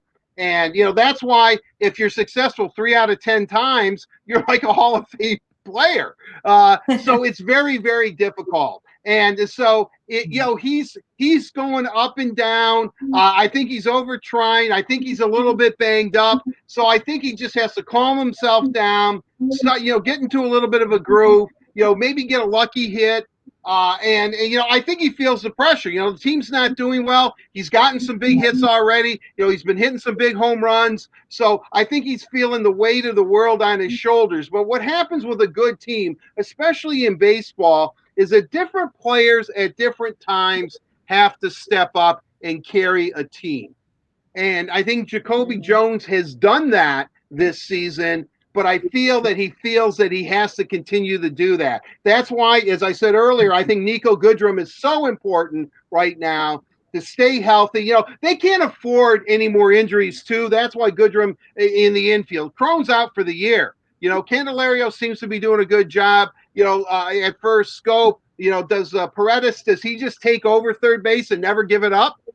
I would love to see that. And so I guess what that would be super. But with all that said, I think that Jacoby Jones just has to take a little bit of the pressure off himself. He's playing baseball. He's playing a game he loves. He's competitive. He's having fun.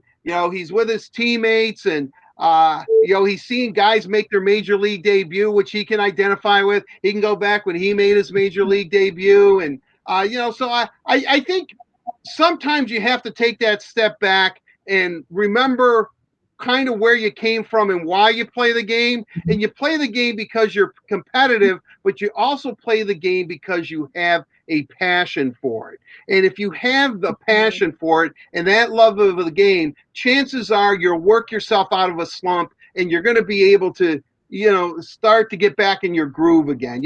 Take that step back and just, look out at the field today at 5th, 3rd, 8th, whatever in the hell that old New Comiskey Park or whatever in the heck it's called out there in Chicago, 5th, 3rd, half a baked park, whatever. Alries Park, whatever. I have no idea. They change it constantly there. But, just look back, sit back in the dugout, look at that beautiful green field. Hey, I'm a Major League Baseball player. Life can't get much better than this. And then just go out and play your game. And guess what? You won't have the weight of the world on your shoulders. Well, Art, I honestly Love hope it. he was listening to you. That was a great motivational speech. So I hope he was tuning in. He obviously was tuning in. So there you go. You can take it upon yourself if Jacoby has a big night. Okay. The only person that watches the Word on Woodward more is Steve Eiserman, as we know. Steve Eiserman, And right. eventually, Steve, we're going to get you on. We're going to get you on. I know you're waiting patiently.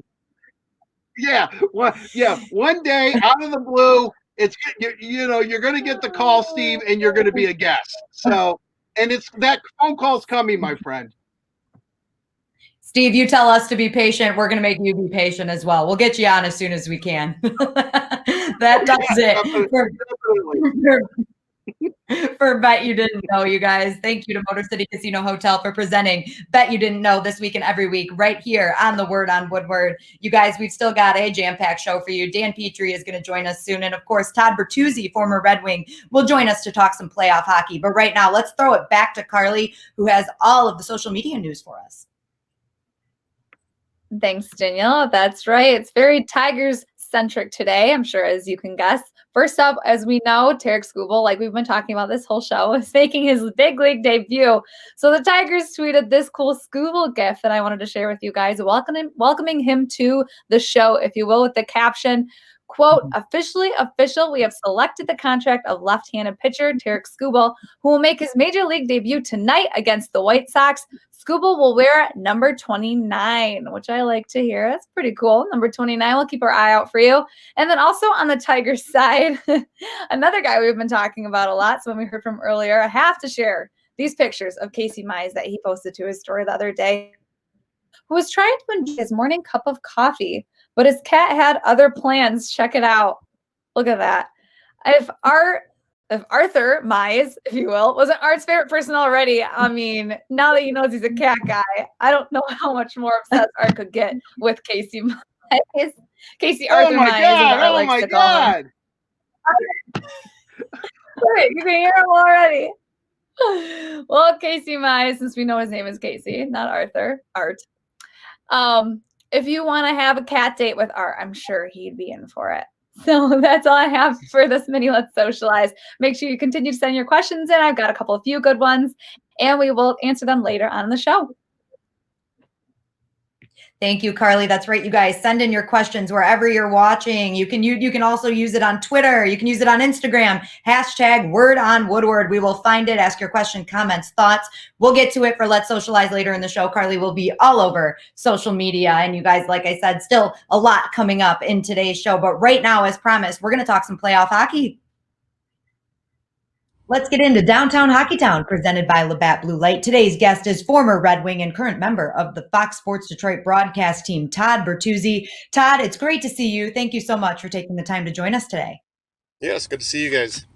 Yes, a lot has happened since the last time that we talked, and we're going to hit on some Red Wings news before we get into the NHL playoffs. The Red Wings have recently decided that they are going to send a couple of their prospects, and really, Filip Zadina, we consider him a Red Wing at this point, so I don't even know if you want to use the term prospect for him, but he will be playing in the Czech Republic, and then Moritz Seider, last year's number 6 overall pick, will be playing in Mannheim, where he played before he was drafted by the Red Wings. What are your thoughts on this, and do you see this happening for more prospects?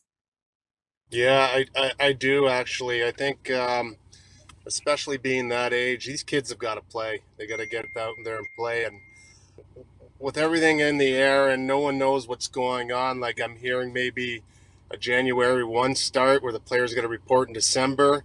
I also have a son that plays junior hockey up in Hamilton. They're supposed to start December. But everything's up in the air. No one knows what's going on. But as far as the Wings prospect, more the merrier than get on the ice, get in game situations and play. Absolutely. I understand you run a risk of injuries and all that kind of stuff, but the development outweighs the percentage of a chance of one of these kids getting hurt. They got to go out there and play, and especially with the Red Wings in a rebuild scenario. And It's looking like it's going to be it's going to take some time. We got to get our prospects playing and playing at a high level.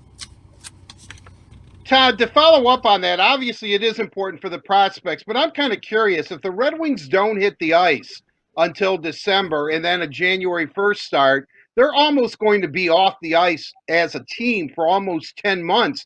Do you possibly see maybe some of the Red Wing players themselves, the veteran guys, maybe exploring the European option? No, I think anything and everything's is a possibility. I know, speaking for me, if I'm a player and I'm in my mid 30s, this time is a good time to get healthy again and to regenerate, like to get my body going, just to take the get away from the year for a bit. It was a difficult year. It was a very long year. The older you are, the harder it is when you're going through seasons like that. So I think as far as the applicators, the Helms, the Glendennings, the guys who've been around, this might be a welcome time just to take a breather from it and let last year be last year and refocus and reboot and get themselves ready for the 2021 season. We'll move on to talking about some NHL playoffs, Todd. I know you said you've been following it really closely. Who do you like so far? Hats off to these athletes and hats off to the NHL. They've put on an outstanding tournament. They really have. Like, to be honest with you, I'm so into this hockey watching and all that. I don't even know that there's no fans in the stands. I think the way they decorated the arena with all the different camera angles and all that, and really focusing just on the players. So you're not seeing them scan around too much of the building and all that. You're seeing a lot of, but the competitiveness, the how hard these players are playing. It's nasty. It's mean. I'm loving Calgary. I'm loving Columbus. I'm loving the Canucks. They had a tough loss last night against St. Louis, but the parity and how hard and how fast they're playing, like even that Tampa Columbus game that went 5 overtime, these dudes are still flying like it was still the first period, which is pretty impressive. Mind you, they had 4 months off, so they're eager to get out there and play. But the quality of the play and how hard these players are doing to entertain it, it shows why we have the greatest sport in the world in hockey, and they're looking first class, man. Todd, I don't know if this is controversial or not, but Tuukka Rask, who wasn't a big fan of the bubble or the environment, but I couldn't agree with you more. When I'm watching these hockey games, I'm so engaged, I forget there's not fans in the stands. And the way the arena is, the whole presentation, I really do tip my cap to the NHL. But Tuukka Rask, the Bruins came out in full support of him, number one. I know Mike Milbury got in some trouble for saying that he abandoned his team. You're a former player. You're a great former player. Where would you stand on this if a guy's in the bubble and he decides to leave? I have empathy and I'm sympathetic towards players, their families, their privacy, their children, their kids. None of us know what's going on, so none of us can even say anything. He's obviously leaving for a reason. He said it's personal and family, so have a little empathy and a little bit of compassion and just allow the person to be private. Like if for some reason one of you two didn't show up, I'm not going to speculate or try to find out why you're not on this show or why you're not. It's your personal life. Leave the guy alone. He went out there. He performed well. He's not bailing on a teammate. If he was, the players wouldn't have supported what was going on and all that. But when it comes to family, even though we consider our hockey family, you truly only have one family. You really do. When it's all said and done and you're retired, you have one family. It's the family that you came in the sport with and the family that you left with. So I have empathy towards the situation. I really hope that it's not serious, that everything, but there's more important things than hockey at some point in times. Couldn't agree with you more there, Todd. But it does, obviously, in a hockey world, and I hate to say this, but it does affect the Boston Bruins that they're losing Tuukka Rask. So when you look at Boston now, they were actually a favorite to win the Stanley Cup. Do you still think they have it without Tuukka Rask? Halak's been in the league for a long time. He's not a 1C goalie. He's a 1B goaltender. He can come in and he can play well. He can steal the show. He's not young.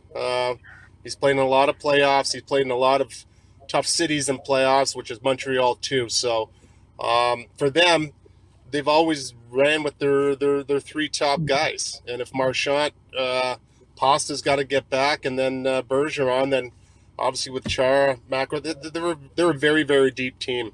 So, and we when we're all talking about this, we all have to understand that this is a unique time in all this. It's actually a tournament, not the real.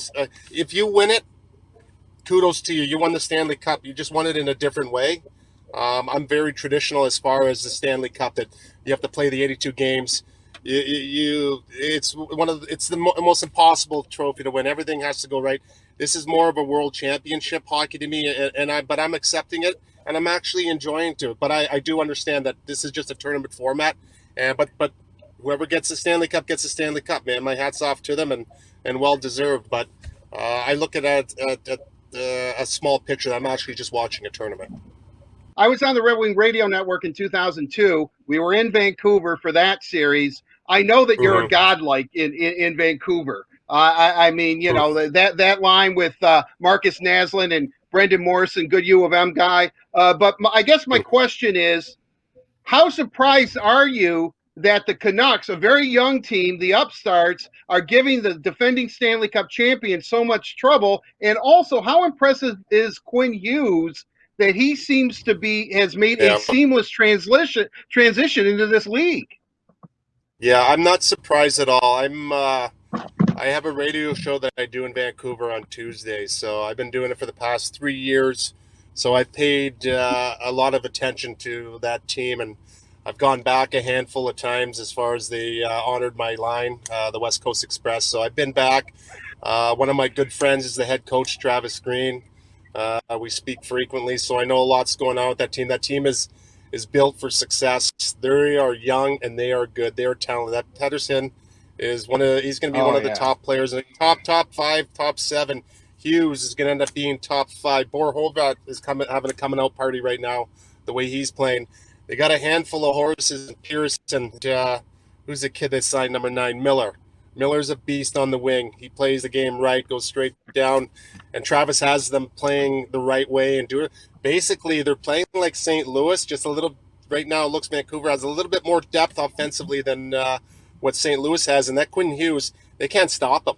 I know that he made a bad turnover in his own in the offensive zone that ended up going for the breakaway in overtime, but for what he creates and how much open space he makes for the rest of the teammates, I can live and die with plays like that because he does so much more in the positive. Definitely some very exciting hockey going on right now, Todd. I want to wrap this up with asking you one more question about the Red Wings. We know that they are picking 4th in the upcoming 2020 NHL draft. If you're Steve Yzerman, what direction are you going in with that 4th pick? I will speak as a Red Wing fan myself. I love the Red Wings. I love the team. That was a tough one to swallow, not getting number 1, because I've watched Lafreniere play a lot, and I always called him little mini Crosby. I think he has a chance to be like that. He's very similar, so it was very hard. But at the same time, what overall did Quinn Hughes go? What overall did Makar go? Right. They didn't go 1, 2. 4 and 7. Yeah, right. 7, 8, whatever. So fourth is pretty good. You're sitting there. What do you need? I don't know. You're asking me. I'm a forward. I love offense more than anything. So the more offense, the more weapons we can get up front. I always find that you can build depth through unrestricted free agent and trading on the defensive side and bring in some stalwarts, some horses, and guys who can pull the sled. That's what we need in the back end, guys who can pull the sled. We need to be a lot meaner and tougher defensively. And I'm not saying fighting. I'm not saying crossing the line. We just need some warriors back there who can really push the pace. And I think for what we have right now, and we have the DeKaisers, we have players like that, but you can always upgrade and bring in a little bit more. But I think there's a room for improvement as far as, like I said, some horses to carry the buggy back there, and I think there's going to be a lot of players out there and guys out there for the Wings to look at. But you have to get offense, man. We need to score goals. You have to score goals. Remember what I said, though. I said it on air and all the time. I do. The fans don't understand how awesome it's been here for the past 26 years. You really do. You guys won the four cups while I was playing in the league too, and we had to play them a couple times, and I never won a cup, man. It's the worst thing in the world, playing 20 years in the league, not winning a cup, and seeing how much success Detroit had. It was a long time, a long run. I hope people understand and appreciate how awesome the organization was and has been and will get back to. So patience is going to be very important for the fans, and just know that it turned around when Steve Yzerman came here, and it's going to turn around again while he's at the desks now. So just got to be patient, and it's hard for these kids and all that. It's not fun losing, man. It really is, and it really sucks. But they're going out there, they're doing the best that they can, and we just got to hope that it happens a little bit sooner than later. But it'll be good. Couldn't have said it better myself, Todd. Thank you so much for joining us today. You guys heard him. We got to be patient with the Red Wings. But again, thank you, Todd. We really appreciate you taking the time to join us today. And of course, hopefully see you in 2021. Yeah, we'll see you then. Definitely.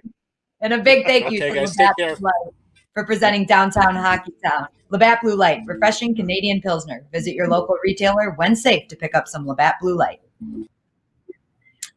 Another big thank you to Todd Bertuzzi for joining us for Downtown Hockey Town. You guys, we're going to get back to baseball. A live look in Chicago, where the Tigers are taking the field tonight against the Chicago White Sox. A big game for them. Really need some things to turn around. And as we've talked about all show long, Tarik Skubal will be on the mound. And who better to talk to about that debut than a Tigers former pitcher? It's time for Brush Street Beat, presented by McLaren Healthcare, and today's guest is former Tigers pitcher and current member of the Fox Sports Detroit broadcast team, Dan Petrie. Dan, it's great to see you. Thank you so much for taking the time to join us again. No, it's always great talking to you, and so much to talk about today, too. We have a lot to talk about, and we're going to kick it off with talking some Tigers baseball. It's an exciting week for the Tigers. Tarik Skubal is making his start tonight, and Casey Mize is making his start. Their MLB debuts, both of them this week. So Casey Mize tomorrow. Like I said, an exciting week. But last night we saw Matt Boyd on the mound. So the first question I want to ask you, Dan, is are you a little worried about Matt Boyd? Well, I think everybody's a little bit concerned. But last night's outing, there were definitely some positives to take out of that. You know, we've been really breaking down his slider and how he's been working on it for really since the midpoint of last year. So hopefully he's found something in his delivery or his grip or something that will improve that and be a building block in going forward. But it just seemed like it was one of those outings again where he had 9 strikeouts, but had a rough time keeping the ball in the ballpark. And that'll just be something that, again, there's always something that'll be tweaked and something to work on. And that'll be something that Matthew will go back and say, okay, my pitchers are doing what they want to now. I just got to figure out how to keep the ball in the ballpark. When this season began, Dan, we were looking at starting pitching as being a strength for this club. Obviously, Jordan Zimmerman goes down. Unfortunately, Matt Boyd's struggling. Ivan Nova now is on the, I believe, 10-day injury list. So almost out of necessity, even though we're so eager to see them, thank heaven the Tigers do have some young arms, maybe unproven at the major league level, that maybe can come in, for lack of a better term, stop the bleeding.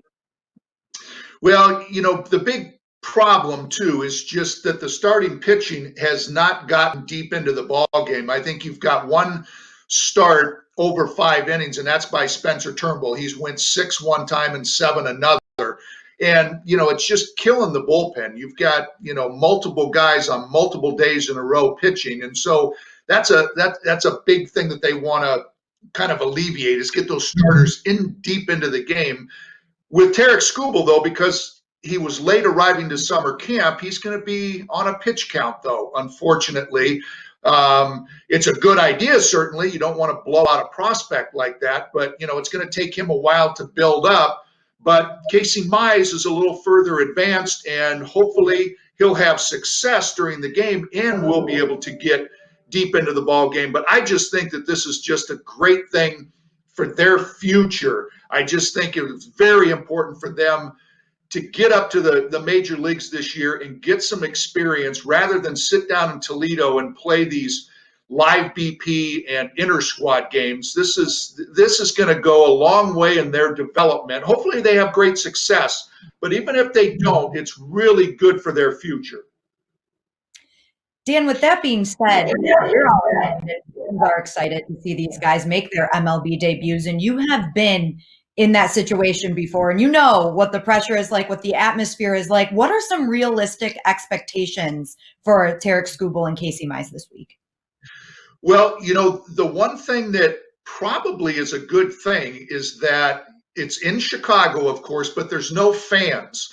So you're going to be able to have some natural adrenaline going. You're not going to have to worry about a hostile environment. It'd be nice if they got their debut in Comerica Park in front of home fans. So that's one thing that'll be a little bit of a calming factor. But the thing I look for tonight, especially with Skubal, is he can't get caught up in this 6-game losing streak the Tigers are on. He just has to go out and just say, look, I've got to just go out and take care of what I can do. That's go, as hard as I can for probably 40, 50 pitches. They'll probably have them set up for, and just put in a good performance. And there'll be times, I hope it doesn't, but of course I think there'll be times where they'll probably have some struggles, but that is the learning process. These are, especially this White Sox lineup, this is a good White Sox lineup, good right-handed hitters, very strong. And with Tarek Skubal throwing left-handed, they'll be loaded up again on the right side. So it's just, again, having that experience. They'll have some success, but there'll probably be some bumps in the road, and it's just how you handle those going forward. Dan, I want to go in the Wayback Machine if we can here for a second. I'm going to go back to July 8th, 1979. A young kid out of California named Dan Peaches Petrie makes his major league debut against the Milwaukee Brewers. What's going through your mind? Do you get reflective? Are you emotional? If you were to give advice either to Skubal or Mize, what would you tell them? Because obviously you went through the same thing.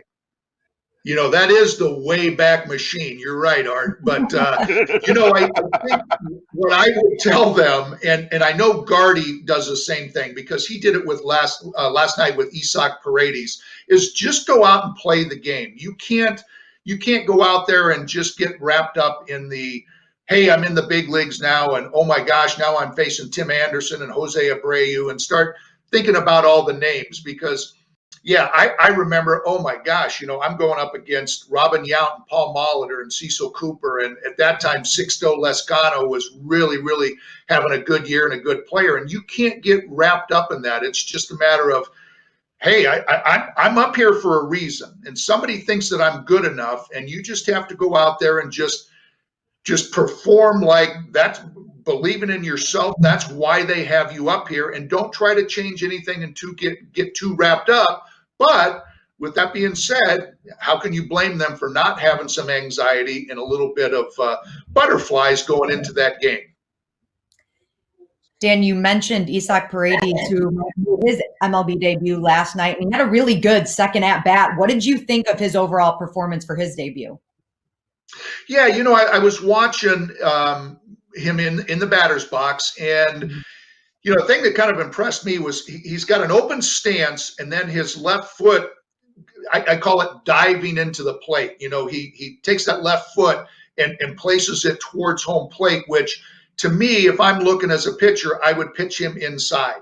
And the White Sox did that, and they kind of jammed him the first time. But the second time up, they did the same thing. They jammed him, but he's strong enough to be able to lift that ball into left field and knock in the 2 runs. So it's going to be a constant learning, curve for him where big league pitchers will find a hole. They'll say, hey, we got to throw him inside, and then we'll throw the breaking balls down and away. But he laid off a couple of tough pitches too, so it's just going to be a matter of watching him several times, see if pitchers find a hole, see how they attack it. And then again, he just has to adjust to what the opposition is doing to him. This is a really crucial stretch of games. We knew that the Tigers started off very well. Everything kind of worked out for them. And a lot of home games, teams that, Pittsburgh, teams that they should beat, Kansas City, they split with Cincinnati. We knew, for lack of a better term, that this 2-week stretch between the White Sox and Indians could be the defining moment for the Tigers. I know teams or players don't try to get caught up in that, Dan, but I have to go back to hockey. I mean, when the Red Wings were in a losing streak, they'd say, all we have to do is just win a hockey game. That's it. Just win a hockey game. That's our focus. I would imagine that's the same for any professional athlete, for a baseball player as well. How do the Tigers just go out tonight, regardless of everything that they're facing, all the adversity, and win a baseball game? Well, you're right. I mean, this is a rough stretch, and you certainly don't want to, have a rough series in Chicago with Cleveland coming up this weekend where they've lost 20 in a row. So, but I'm of the belief, and I could be totally wrong, but I really believe this, is that when you have young players come up, they can energize a team because they're like, hey, we've been hearing about Tarek Skubal and Casey Mize for so long that here they are, they're here. And I believe that those guys behind them are going to be energized. Like, I want to play behind this guy. And as they get going and have some success, they're going to get a little bit more fired up, and they're going to want them to have successful debuts. So they're going to want to maybe bear down a little bit harder on each and every at bat. So that doesn't mean that they're going to win, but I really think there's an uplifting, time that these young players will provide, or at least I'm hoping. But I really believe that, and hopefully they'll be able to get to Dylan Cease tonight, who's been tough on them, and hopefully there'll be a good outcome. It's definitely going to be an exciting week for the Tigers here, Dan. Something else that's going on that's really exciting are the NHL playoffs. And we have to ask you, we know that your son, Jeff Petrie, playing in Montreal. They're playing today and tomorrow, I believe, against the Philadelphia Flyers. What has it been like for you? Have you been watching all of these games? Are you talking to Jeff? How are you feeling during all of this?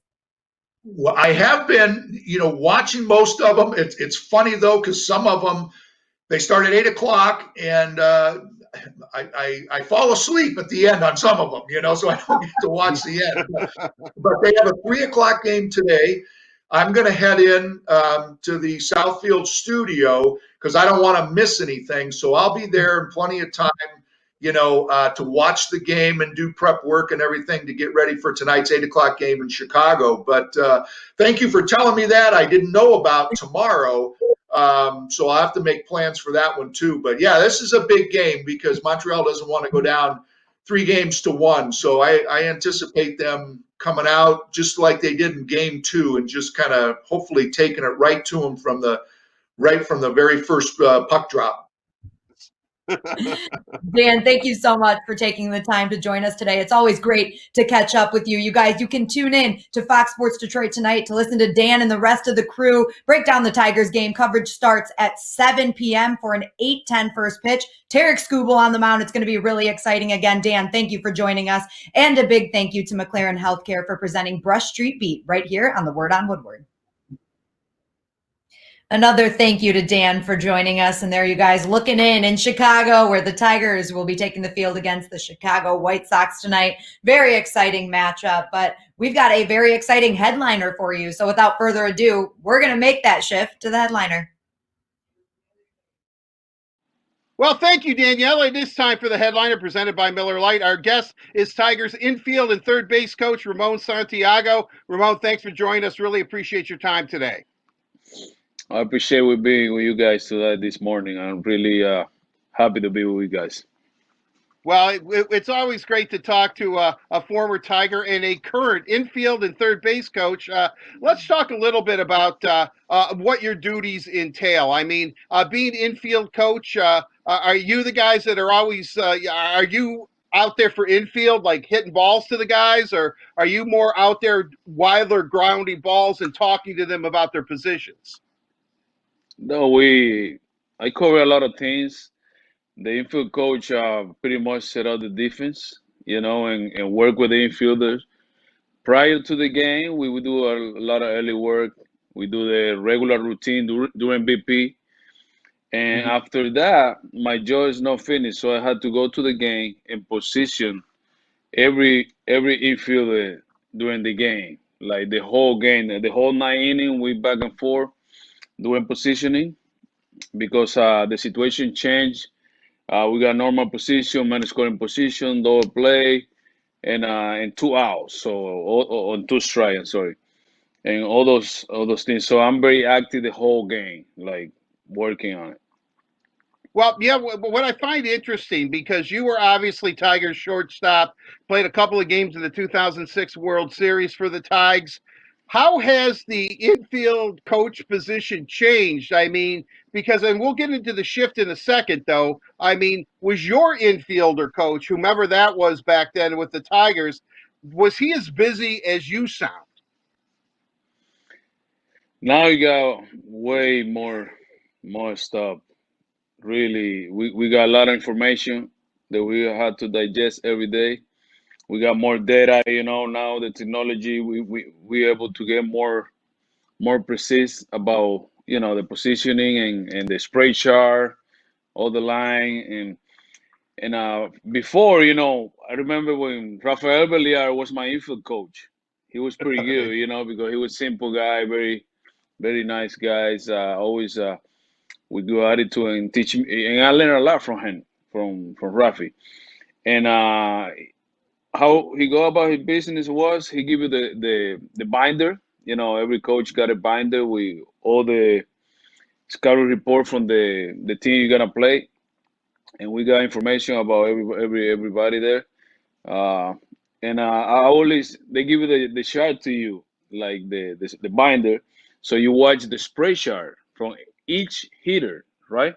Wow. So now, yeah, so I had to go one by one, to each hitter and watch where they hit the ball more often, where they hit it with 2 strikes and stuff like that.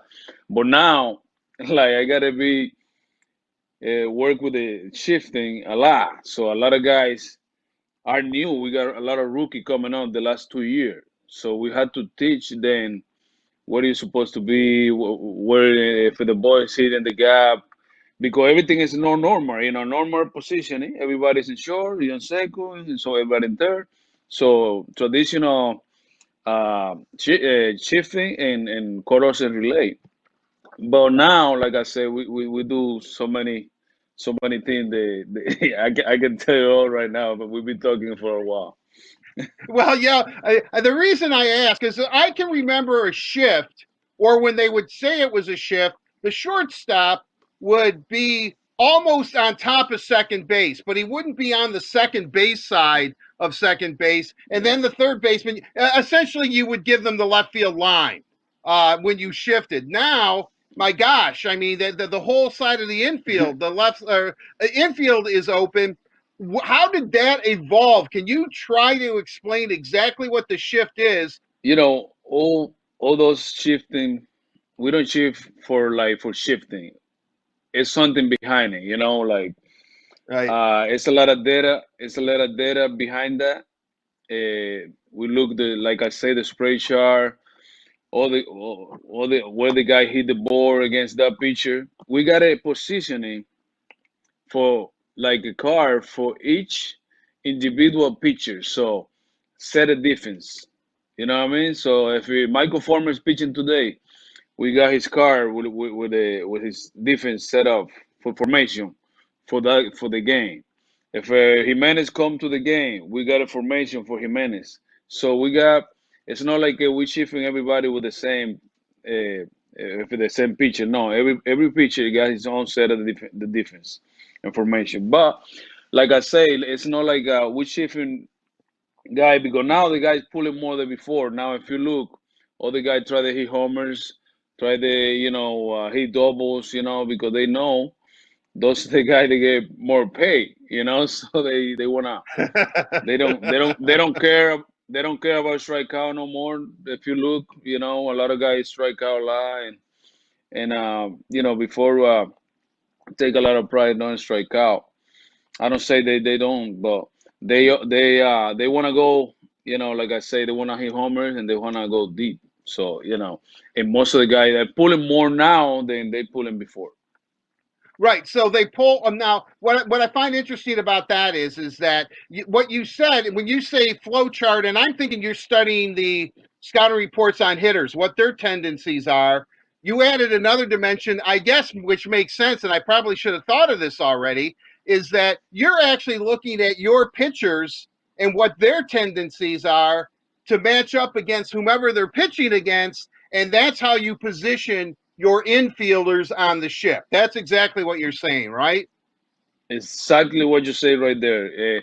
Because, like let's say Nova, for example, like Ivan Nova, he throw a lot of sinker down in, a lot of sinkers. So he's a sinker baller pitcher. Most of the hitter gonna try the cheat to hit a sinker, so they hit the ball more in the 3-hole and 3-4 hole, between shortstop and, some guys, other guys, they throw a lot of cutters, so it's gonna be hard to hit the ball all the way. They're gonna pull the ball a little bit more. So you got to take in consideration the pitcher, but at the same time, to the chief for work, the pitcher had to locate too, so that's a big part. If the Now, pitcher locate, that'd be good. Now, the Tigers right now, or the stats that I have, you're number one in shifting in Major League Baseball. Last stats I had, the Tigers shift 56.3% of the time they're in some form of a shift. Now, against right-handers, it drops to 38.3, but lefties, it jumps to 78.2. Is that because left-handed hitters are notoriously known as guys that love to pull the ball, or is that just the way it works out?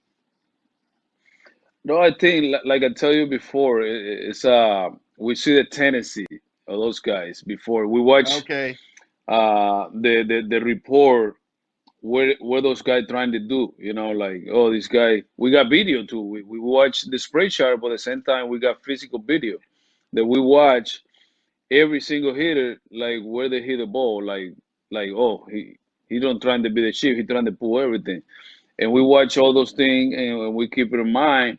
At the same time, sometimes we make an adjustment. Okay, he with 2 strikes, he like to go all the way. So that's why you see some side of the formation or the shift on one side, and later we move with the guy to his regular position. We do that a lot too. So we make an adjustment, depend what the guy trying to do. If I see the guy trying to go all the way, I just move my shortstop to the shortstop side, and like that we cover because we can see he's trying to do something different than what we have. I mean, do you ever get a break? I mean, you are constantly, because even when the Tigers are up, you're coaching third base. I mean, what do you have Ron Gardenhire coming up to you constantly saying, why did you shift, or are we shifting? I mean, you must be talking strategy the whole entire game. You right on in that one right there. I don't have a chance. I got a chance to drink a little bit of water between the warm up when the first baseman rolling the ball and the pitcher warm up. After that, I count like it's 2 minutes, right? 2 minutes, yeah, 2 minutes. So I got 2 minutes, so I can sit down a little bit, drink a little bit of water and get back to work. So the whole game, I'm constantly moving. I never stop. Sometimes Gardy say, "Hey, why are you shifting this guy? What are you doing?" He see things. He's the manager, and I do whatever he want. He's the boss. So. And but at the same time, like you say right there, 100%. I don't have no break until the game's over. Really, I hope you must sleep really well at night. I guess once the time your head hits the pillow, you are out. You're ready to sleep. I mean, your brain, it never slows down, does it? No, it never slows down. Like it's good that you say that. We go out to the game. Sometimes I say, man, why I'm so tired today? Like, but it's you work so much in the mind, like positioning the guys and coaching third, you got a lot of responsibility in you. So you want to make sure that you do the right things, like prepare for the game. Like I do my report every day, pretty much. Watch video, watch the play the day before, what happened during the game. So it's a lot of things that come in mind. So when I come to my room, now you have to be in quarantine because we got a security guy like checking us everywhere we go. So, and it's crazy, but we're making like sacrifice to make the season happen. So I understand. So, but at the same time, you know, like I sleep pretty good at night. Yeah, After the well, game's you know, over. that's good. Now, you have a lot of young infielders, as you said. How difficult is it for you to explain the shift to them, or is it easy because they're young ball players and the shift has now been around for a while? But I don't know if they have, wherever they've been, whether it be Toledo, Erie, college, winter ball, you know, you name it, because they can play all over the place. Are they used to shifting by the time they get to the Tigers level, or are you constantly explaining the reasoning behind shifting to Lugo and Candelario and the Castros? Heck, maybe even Nico Goodrum, for all I know. You know, now we got the program from the minor league, from the rookie ball onto the big league. You know, we got the same formation, the same program. So for that reason, that when they come here, it's not new to them. So we set up everything pretty much for every minor league affiliate.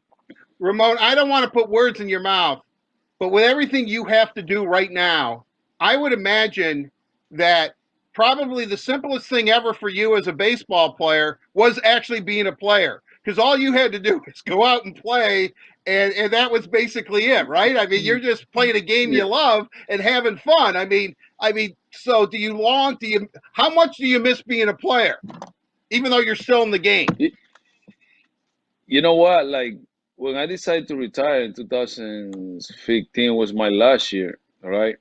So I talked to my wife, I talked to, you know, to different people, you know, and I talked to myself. And I say, man, you got a good career, you got to play 13 years, and now you got to think about plan B because this guy is throwing too hard right now. so this guy is throwing cheese. So, you know, but like you say, when I was in I was in Buffalo with the Blue Jays, playing there because I broke my collarbone in spring training. And when I was faced Severino there, and he was with Scranton, you know, and I say, wow, he was throwing 98, 100, and I say, oh, probably it's time to move on because I can catch up with those fastballs no more. I used to leave it easy before, but like now, I miss, you know, the like you say, the enjoyment that you come to the ballpark, play with your teammate, hanging out in the clubhouse and the dugout, you know, like the atmosphere. But at the same time, like a coach now, I got the same feeling. I always like putting for my you know my players and for my coaches, and I really you know I gotta tell you, I don't miss that much now because I changed the switch. I changed the switch to the player. The first thing they tell you, hey, remember, now you're a coach, you're not a player no more. So you have to change the switch. So I did the switch pretty good. All right, sounds good, Ramon. You have best of luck and everything. Really appreciate it. Thank you. All right, thank you very much. Thank you for having me. All right. Yep, there you have it. That is the headliner with Ramon Santiago, the infielder and third base coach for the Tigers, brought to you by Miller Lite. It is the original light beer, only 96 calories. It's delicious, and it is available for delivery. Daniella, Ramon Santiago, talk about a man who has a lot going on. I don't think there's a busier man than baseball than Ramon Santiago. Probably not, Art, and it was great to catch up with him. And we're looking at Chicago again, live at the ballpark where the Tigers and the White Sox are just about 2 hours away from first pitch now, and Tarik Skubal making his MLB debut. It's going to be so exciting. So, guys, we've got a little bit left here in the Word on Woodward, but when you're done, make sure you head over to Fox's pregame coverage, which begins at 7. But before we get to that, of course, we're going to get to Let's Socialize, presented by AAA, and we can't socialize without Carley Johnston. So, Carley, I'm going to let you take it away. I like that transition, Daniella. All right, first up, we have our question for Art to lead the way. Art, if you were Arthur Mize, which I know you wish you were, what would be the first pitch to throw to start your career? I would I would probably, he says he doesn't have the greatest fastball. But I would still think because the adrenaline's pumping and because he is King Arthur, King of the Hill, and he's a cat person, by the way, which is a great thing. I would probably still, does he throw a changeup? Does he throw a slider? He has command of all his pitches. Or does he try to cross everybody up and just throw as hard as he can? I would think that I would throw a fastball. I think I just would. You would throw. I mean, it's the major leagues. It's your first pitch in the major leagues. It's all about, me against you, look that hitter in the eye, just rear back and give it everything you have because he has great location. He has great control. Put it where you want to put it and just blow a strike by the guy. Like, I'm sure you'd like him to see him swing and miss. So that's what I would do. I would throw the fastball, even though by his own admission, Casey Mize says, he says, I'm not the greatest fastball pitcher. It's only like 92, 93 miles an hour. Oh, poor guy. But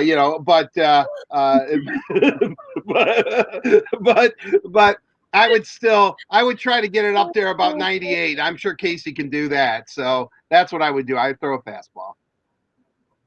All right. So Art's looking for a fastball out of Casey Mize tomorrow night for his first pitch in the big leagues. Moving on to a question for Daniella. What will it take for the Tigers to get back on a winning streak? Well, I think we've talked about this a little bit. Well, first of all, we know that they've suffered some injuries, unfortunate injuries, which CJ Cron being out of the lineup is a big one. But if they can get their guys going again, we talked about Jacoby Jones earlier, who started off really hot. And as Art mentioned, he just needs to get a couple hits under his belt, get back on that streak, get back in that I don't even know what the word is I'm looking for. I had it and I lost it. You guys know how that goes. But, he just needs to get hot again. He needs to get out again. And I think that will be a big thing. We've got Nico Goodrum back in the lineup tonight. And we talk about Dylan Cease. Batting against him tonight will be very good for the Tigers. It's a great opportunity for them to get their offense going again because we know that's been lacking the past couple of games. So I really think tonight's game is a good opportunity to get them back on track. We know they have a tough schedule coming up, a tough stretch of schedule for over the next month or so coming up. So like I said, they've just got to get back on track tonight. Jacoby Jones being a part of that. Nico Goodrum back in the lineup. That's good to see. Isaac Paredes had a great MLB debut, so it'd be good if he can keep that going. And hey, we've got Tarek Skubal and Casey Mize. I think things are going to be good for the Tigers this next few weeks here. Hopefully it's looking up from there. And I did have a question for Art because he didn't say that Casey should throw his splitter. Is that just because it's his first pitch, you don't want him to give away his secrets of the splitter, or would you rather just have him pitch a fastball? Well, I think what happens is, as you can tell by the Ramon Santiago interview, there's a lot of thinking goes on in baseball. I mean, there's a lot of analyzing, and they're looking at like virtually everything. If the guy eats, tacos for breakfast, then he's going to swing on the first pitch or something. I mean, they break it really, really down. I mean, it's amazing that Ramon Santiago interview. My head's spinning. I mean, that poor guy. Give him a break. Let him take a drink of water. But I would say this. Maybe they're thinking that he's going to throw the splitter. And that's his pitch, and he has more confidence in that. I understand all that, but I'm thinking at this point, and this goes back to many, many years ago. A former coach told me they would bring a player in the room and say, Why did you do this on this play when we told you should be doing this? And then the player came back and said, I thought that they thought that I thought that they thought that I thought that I would do this. And then by the time it was over, it was like, go do whatever the hell you want, because everybody was kind of lost. So I think that Casey's by this time is thinking to himself, all right, he's thinking I'm going to throw the splitter. I'm thinking that he thinks I'm going to throw the splitter. Why should I have him get inside my head and think that that's what I'm going to do? So what I'm going to do is that even though I have a good fastball, I'm thinking I'm going to cross him up and I'm going to throw the fastball. I'm just going to throw a good old-fashioned, all-American, USDA 100% choice fastball. And that's what I'm going to do. And boom, I'm just going to pop it in there. And then the guy's going to look down at Rehmann and say, hey, man, where's the splitter? I was expecting the splitter. And it's like, Casey has a brain. Arthur can think. He thought that you thought that he was going to throw the splitter. That's why he threw the fastball. Okay. Think I followed that. Yeah. Okay. No, I think that he thought, so I thought. All right, go ahead. It just cracks me up. It is funny. Too much thinking. There's no crying in baseball, and there's too much thinking in baseball. I mean, my God, fellas, take a step back. I mean, poor Ramon Santiago, that poor guy. I mean, he is constantly looking at stuff. Plus he's third base coach. He doesn't even get a break. Boy, I don't know what they're paying him, but he's well worth it. Well, hopefully it's the big bucks. All right, moving on to question number 3. Art, what do you think of the quote unwritten rules of baseball? Are you swinging or taking a pitch?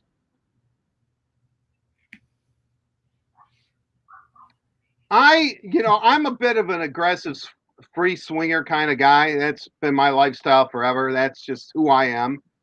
But again, not overthinking it. I think that it's always good to take a pitch. So I would take a pitch. Just because I just want to because if you're taking a pitch, if you're swinging, oh, he's a free swinger. This guy will throw. I'm going to throw anything. He's just going to swing away. But if you step back, even though it might be right down the middle, and you might, let your pitch go by, I would say always take a pitch, get a feel for the game, get a feel for the motion on the ball, what kind of velocity the pitcher has, and then after that, no holds barred. And I probably wouldn't, even if they wanted me not to take a pitch and I saw my pitch, I would just take a pitch. I would always take a pitch. Does that make sense? That makes sense. But you didn't answer the first question. What? You didn't answer the first part of the question.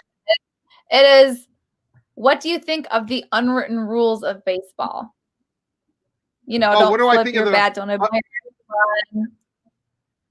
You know what? I mean, the only thing that I think is really how shall I say this? Not a cool thing to do is, to break up a no-hitter with a bunt. I think that the unwritten rules of baseball, I think there's certain respect that you have for if you make it to this level, and there's, you don't really want to show your opponent up. You want to respect the game itself. It's giving you everything that you have. It's giving you a great lifestyle. So I would think that, I think that there's a code and there's an ethic code. I mean, we all have that. There's unwritten rules of broadcasting, believe it or not, or what we do for a living, things that we just won't cross the line for. But for the most part, I think that those are just common, decent things that you shouldn't do.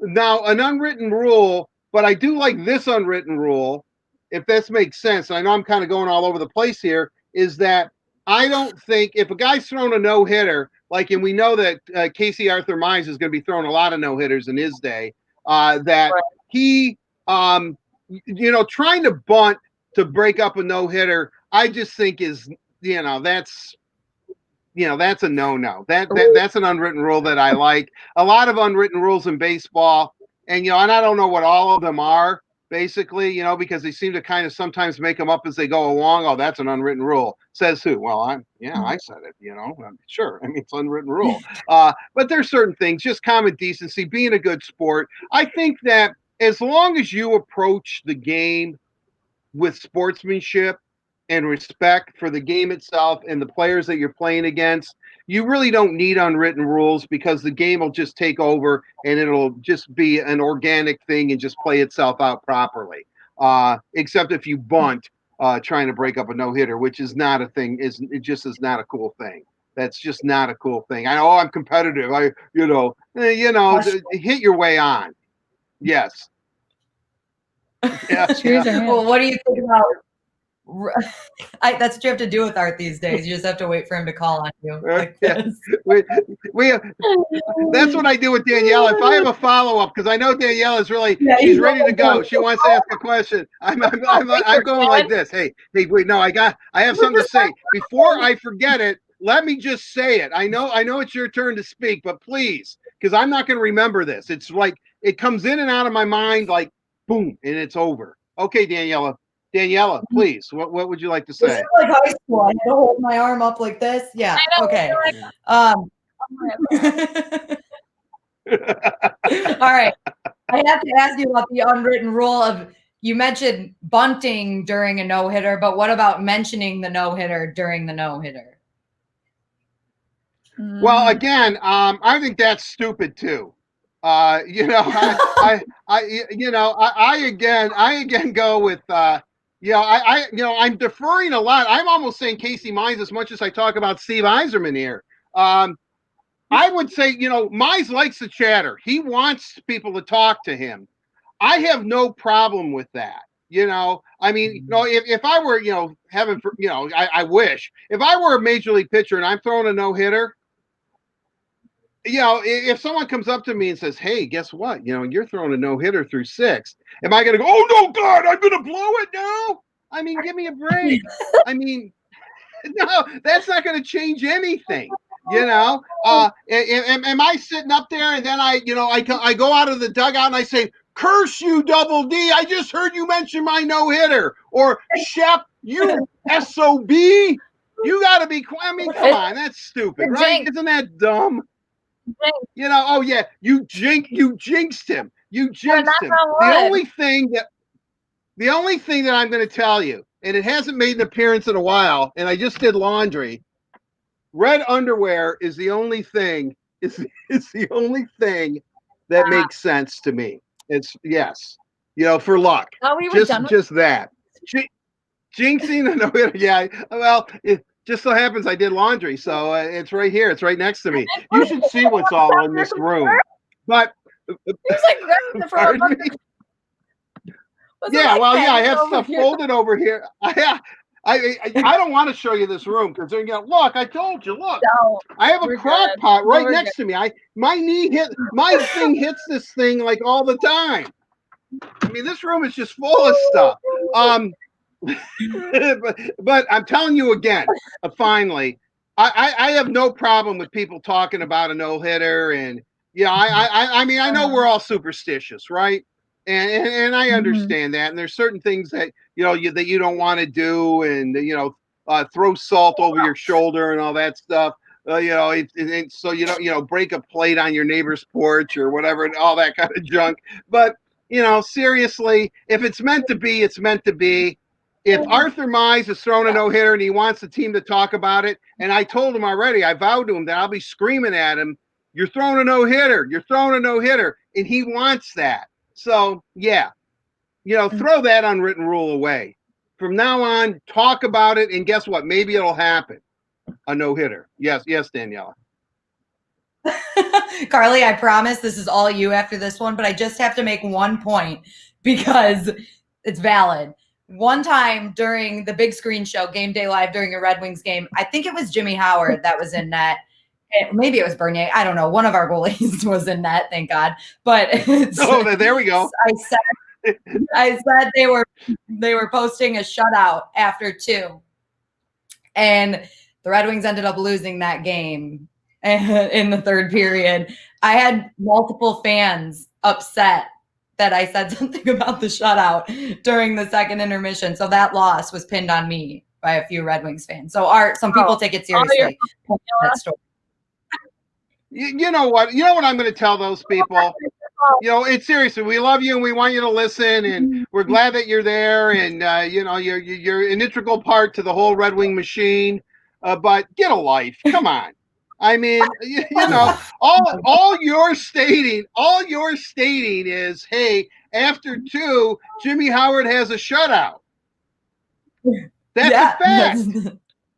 Right. I mean, that would be like, you know what, then, if that's the case, then no statistics for anything. Never give out a stat until after the game.